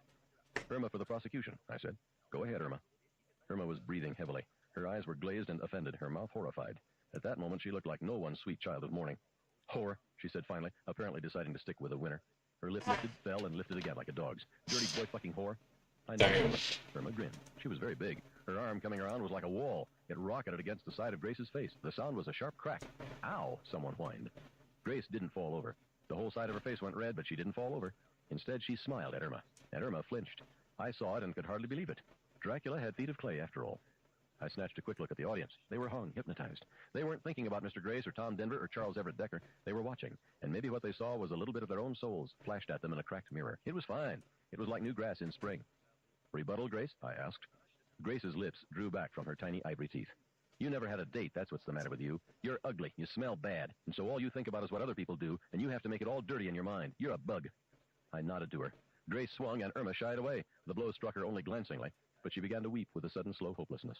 Let me out, she groaned. I don't want to anymore, Charlie. Let me out. Take back what you said about my mother, Grace said grimly. Your mother sucks cocks, Irma screamed. Your mother sucks cocks in hell. Madly. Bah. Go ahead, Irma. But Irma was weeping. Stills up pee. She screamed. Soup. Her arms came up and covered her face with terrifying slowness. God, I want to be dead. Say you're sorry, Grace said grimly. Take it back. You suck cocks, Irma screamed from behind the barricade of her arms. Okay, I said. Let her have it, Irma. Last chance. This time, Irma swung from the heels. I saw Grace's eyes squeeze into slits, saw the muscles of her neck tighten into cords, but the angle of her jaw caught most of the blow and her head shifted only slightly. Still, that whole side of her face was bright red as if from sunburn. Irma's whole body jogged and jiggled with the force of her sobs, which seemed to come from a deep well in her that had never been tapped before. You haven't got nothing, Grace said. You ain't nothing. Just a fat, stinky pig is what you are. Hey, give it to her, Billy Sawyer yelled. He slammed both fists down heavily on his desk. Hey, pour it on. You ain't even got any friends, Grace said, breathing hard. Why do you even bother living? Irma let out a thin, reedy wail. All done, Grace said to me. Okay, I said. Give it to her. Grace drew back, and Irma screamed and went to her knees. Don't hit me. Don't hit me no more. Don't you hit me. Say you're sorry. I can't, she wept. Don't you know I can't? You can. You better. There was no sound for a moment, but the vague buzz of the wall clock. Then Irma looked up, and Grace's hand came down fast, amazingly fast, making a small ladylike splat against Irma's cheek. It sounded like a shot from a .22. Irma fell heavily on one hand, her curls hanging in her face. She drew in a huge, ragged breath and screamed, Okay, all right, I'm sorry. Grace stepped back, her mouth half open and She raised her hands, palms out, in a curiously dove-like gesture, and pushed her hair away from her cheeks. Irma looked up at her dumbly, unbelievingly. She struggled to her knees again, and for a moment I thought she was going to offer a prayer to Grace. Then she began to weep. Grace laughed. Her breasts were very full, pushing at the soft fabric of her sweater. My mother fucks, she said, and I love her. The applause started somewhere in the back, maybe with Mike Gavin or Nancy Kaskin, but it started and they were all applauding, all but Ted Jones and Susan Brooks. Susan looked too overwhelmed to applaud. She was looking at Gracie Stanner, shiningly. Irma knelt on the floor, her face in her hands. When the applause died, I had looked at Sandra Cross. She applauded very gently, as if in a dream. I said, Stand up, Irma. She looked at me wonderingly, her face streaked and shadowed and ravaged, as if she had been in a dream herself. Leave her alone, Ted said, each word distinct. Shut up, Harmon Jackson said. Charlie is doing all right. Ted turned around in his seat and looked at him. He killed the fucking teacher. Off his eyes, as he might have done at another place another time. They were both on the student council together, where Ted, of course, had always been the power. Stand up, Irma, I said gently. Are you going to shoot me? She whispered. You said you were sorry. She made me say it. But I bet you are. Irma looked at me dumbly from beneath the madhouse of her toilet paper roll curls. I've always been sorry, she said. That's what makes it so hard to say. Do you forgive her? I asked Grace. Huh? Grace looked at me a little dazed. Oh, yeah, sure. She walked suddenly back to her seat and sat down, where she looked frowningly at me. Irma, I said. What? She was peering at me, dog-like, truculent, fearful, pitiful. Do you have something you want to say? I don't know. She stood up a little at a time. Her hands dangled strangely as if she didn't know exactly what to do with them. I think you do. You'll feel better when it's off your chest, Irma, Tanis Gannon said. I always do. Leave her alone, for Christ's sake, Dick Keene said from the back of the room. I don't want to be left alone, Irma said suddenly. I want to say it. She brushed back her hair defiantly. Her hands were not dove-like at all. I'm not pretty. No one likes me. I never had a date. Everything she said is true. There. The words rushed out very fast, and she screwed up her face while she was saying them, as if she were taking nasty medicine. Take a little care of yourself, Tanis said, then looking embarrassed but still determined. You know, wash, shave your legs and the armpits. Look nice. I'm no raving beauty, but I don't stay home every weekend. You can do it. I don't know how. Some of the boys were beginning to look uneasy, but the girls were leaning forward. They looked sympathetic now, all of them. They had that confessions at the pajama party look that every male seems to know and dread. Well, Tanis began. Then she stopped and shook her head. Come back here and sit down. Pat Fitzgerald snickered. Trade secrets? That's right. Some trade, Corky Harold said. That got laughs. Irma Bates shuttled to the back of the room, where she, Tanis, Ann Lasky, and Susan Brooks started some sort of confabulation. Sylvia was talking softly with Grace, and Pigpen's eyes were crawling avidly over both of them. Ted Jones was frowning at the air. George Yannick was carving something on the top of his desk and smoking a cigarette. He looked like any busy carpenter.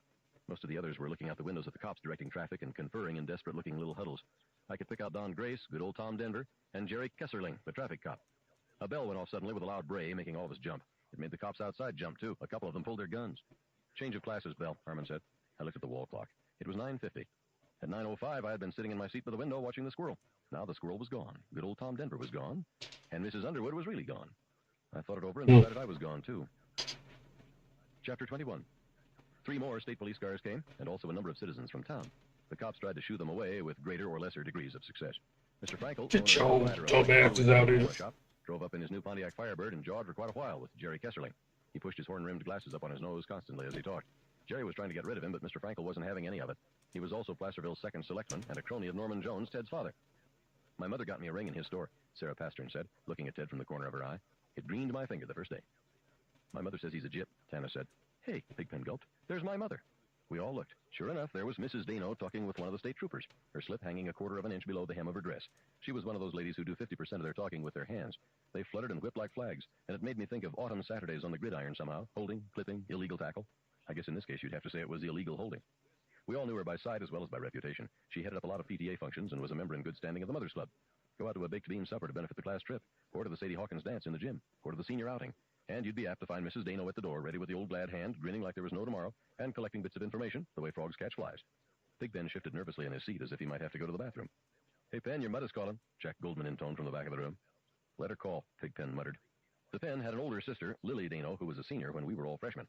She had a face that looked a lot like Pigpen's, which made her nobody's candidate for teen queen. A hook-nosed junior named La Follette St. Armand began squiring her about, and then knocked her up higher than a kite.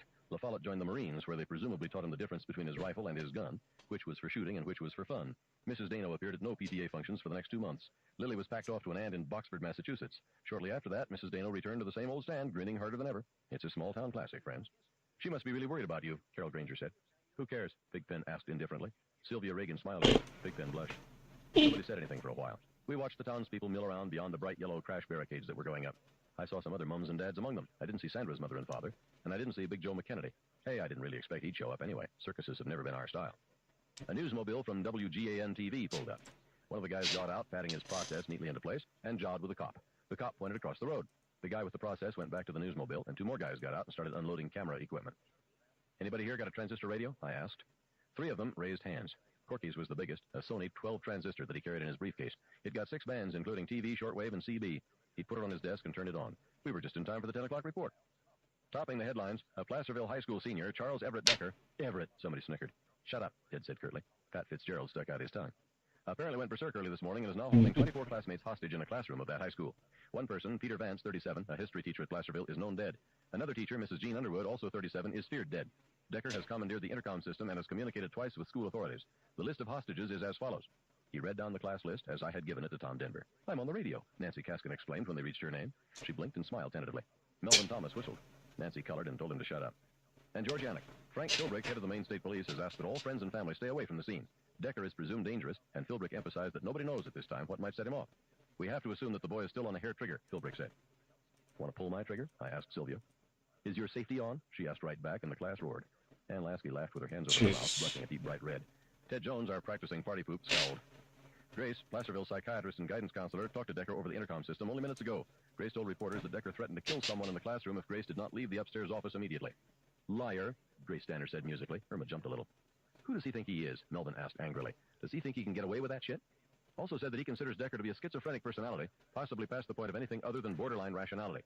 Grace concluded his hurried remarks by saying, at this point, Charles Decker might conceivably do anything. Police from the surrounding towns of... What a crock of shit, Sylvia blared. I'm going to tell those guys what really went down with that guy when we get out of here. I'm going to... Shut up and listen, Dick Keene snapped at her. And Lewiston have been summoned to the scene. At this moment, according to Captain Philbrick, the situation is at an impasse. Decker is sworn to kill if tear gas is used, and with the lives of 24 children at stake. Children, Pigpen said suddenly. Children this and children that. They stabbed you in the back, Charlie. Already. Children. Ha, shit. What do they think is happening, He's saying something about... Corky began. Never mind, turn it off, I said. This sounds more interesting. I fixed the pen with my best steely gaze. What seems to be on your mind, Pard? Pigpen jerked his thumb at Irma. She thinks she's got it bad, he said. Her, heh. He laughed a sudden erratic laugh. For no particular reason I could make out, he removed a pencil from his breast pocket and looked at it. It was a purple pencil. Bebop pencil, Pigpen said. Cheapest pencils on the face of the earth, that's what I think. Can't sharpen them at all. Lead breaks. Every September since I started first grade, Ma comes home from the Mammoth Mart with 200 Bebop pencils in a plastic box, and I use them. Jesus. He snapped his purple pencil between his thumbs and stared at it. To tell the truth, I did think it looked like a pretty cheap pencil. I've always used the Eberhard Faber myself. Ma, Pigpen said, that's Ma for you. 200 Bebop pencils in a plastic box. You know what her big thing is? Besides all those shitty suppers where they give you a big plate of hamburger helper and a paper cup of orange jello full of grated carrots, huh? She enters contests. That's her hobby. Hundreds of contests, all the time. She subscribes to all the women's magazines and enters the sweepstakes. Why she likes Rinso for all her dainty things in 25 words or less. My sister had a kitten once, and Ma wouldn't even let her keep it. She the one who got pregnant? Corky asked. Wouldn't even let her keep it, Pigpen said. Drowned it in the bathtub when no one would take it. Little sister to at least take it to the vet so it could have gas, and Ma said $4 for gas was too much to spend on a worthless kitten. Oh, poor thing, Susan Brooks said. I swear to God, she did it right in the bathtub. All those goddamn pencils. Will she buy me a new shirt? Huh? Maybe for my birthday. I say, Ma, you should hear what the kids call me. Ma, for Lord's sake. I don't even get an allowance. She says she needs it for postage so she can enter her contests. A new shirt for my birthday and a shitload of Bebop pencils in a plastic box to take back to school. I tried to get a paper route once, and she put a stop to that. She said there were women of loose virtue who laid in wait for young boys after their husbands went to work. Oh, my God, Sylvia bellowed. And contests, and PTA suppers, and chaperoning dances, grabbing onto everybody, sucking up to them and grinning. He looked at me and smiled the oddest smile I had seen all day, and that was going some. You know what she said when Lily had to go away? She said I'd have to sell my car. That old Dodge my uncle gave me when I got my driver's license. I said I wouldn't. I said Uncle Fred gave it to me and I was going to keep it. She said if I wouldn't sell it, she would. She'd signed all the papers and legally it was hers. She said I wasn't going to get any girl pregnant in the back seat. Me, get a girl pregnant in the back seat. That's what she said. He brandished a broken pencil half. The lead poked out of the wood like a black bone. Me. Huh. The last date I had was for the 8th grade class picnic. I told Ma I wouldn't sell the Dodge. She said I would. I ended up selling it. I knew I would. I can't fight her. She always knows what to say. You start giving her a reason why you can't sell your car, and she says, then how can you stay in the bathroom so long? Right off the wall. You're talking about the car, and she's talking about the bathroom, like you're doing something dirty in there. She grinds you. She stared out the window. Mrs. Dano was no longer in sight. She grinds and grinds and grinds, and she always beats you. Bebop pencils that break every time you try to sharpen them. That's how she beats you. That's how she grinds you down. And she's so mean and stupid. She drowned the kitty, just a little kitty, and she's so stupid that, you know, everybody laughs at her behind her back. So what does that make me? Littler and stupider. After a while, you feel just like a little kitty that crawled into a plastic box full of Bebop pencils and got brought home by mistake. The room was dead quiet. Pigpen had center stage. I don't think he knew it. He looked grubby and pissed off, fists clenched around his broken pencil halves. Outside, a cop had driven a police cruiser onto the lawn. He parked it parallel to the school, and a few more cops ran down behind it, presumably to do secret things. They had riot guns in their hands. I don't think I'd mind if she snuffed it, Pigpen said, grinning a small, horrified... Thank you for listening to Old Time Books. If you enjoy our audiobooks, please like and subscribe to our channel. For more details on membership and additional support, follow the link in the description. Let us know which books you'd like us to feature next by leaving a comment. Hey. I thought I was going to play the entire book.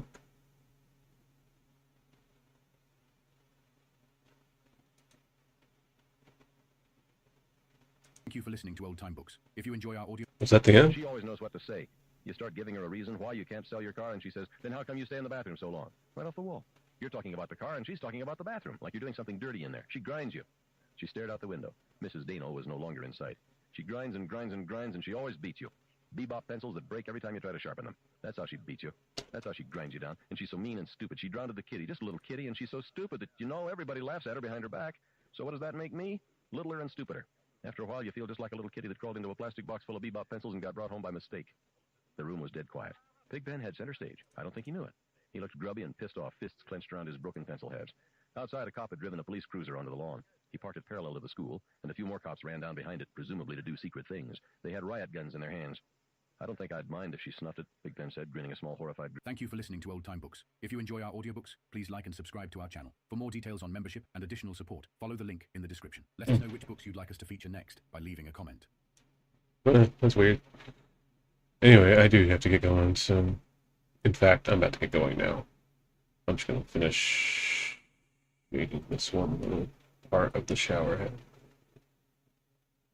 And I might work on this a little bit more later. That'll be later.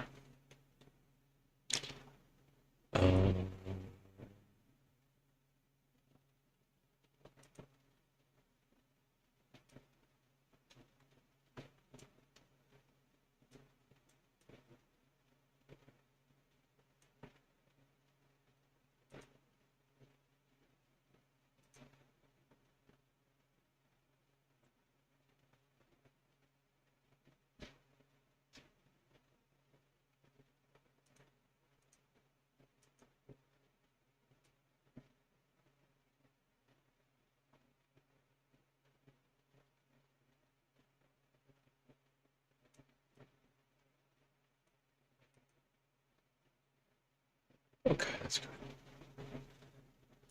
Okay. All right, I'm gonna get going. And it's saving now, so all is good. No crisis. Anyway, I gotta go. Too Cloudy, thanks for stopping by. I know it's really early, but thank you for popping by. What? Peace out. Later. Love you. Thank you for streaming. Wait, what am I talking about? Thank you for lurking. Thank you for stopping by. Thank you for being around. Bye, bye, bye, bye, bye. Love you, love you, love you. Bye, bye, bye, bye. Love you. Bye, bye, bye.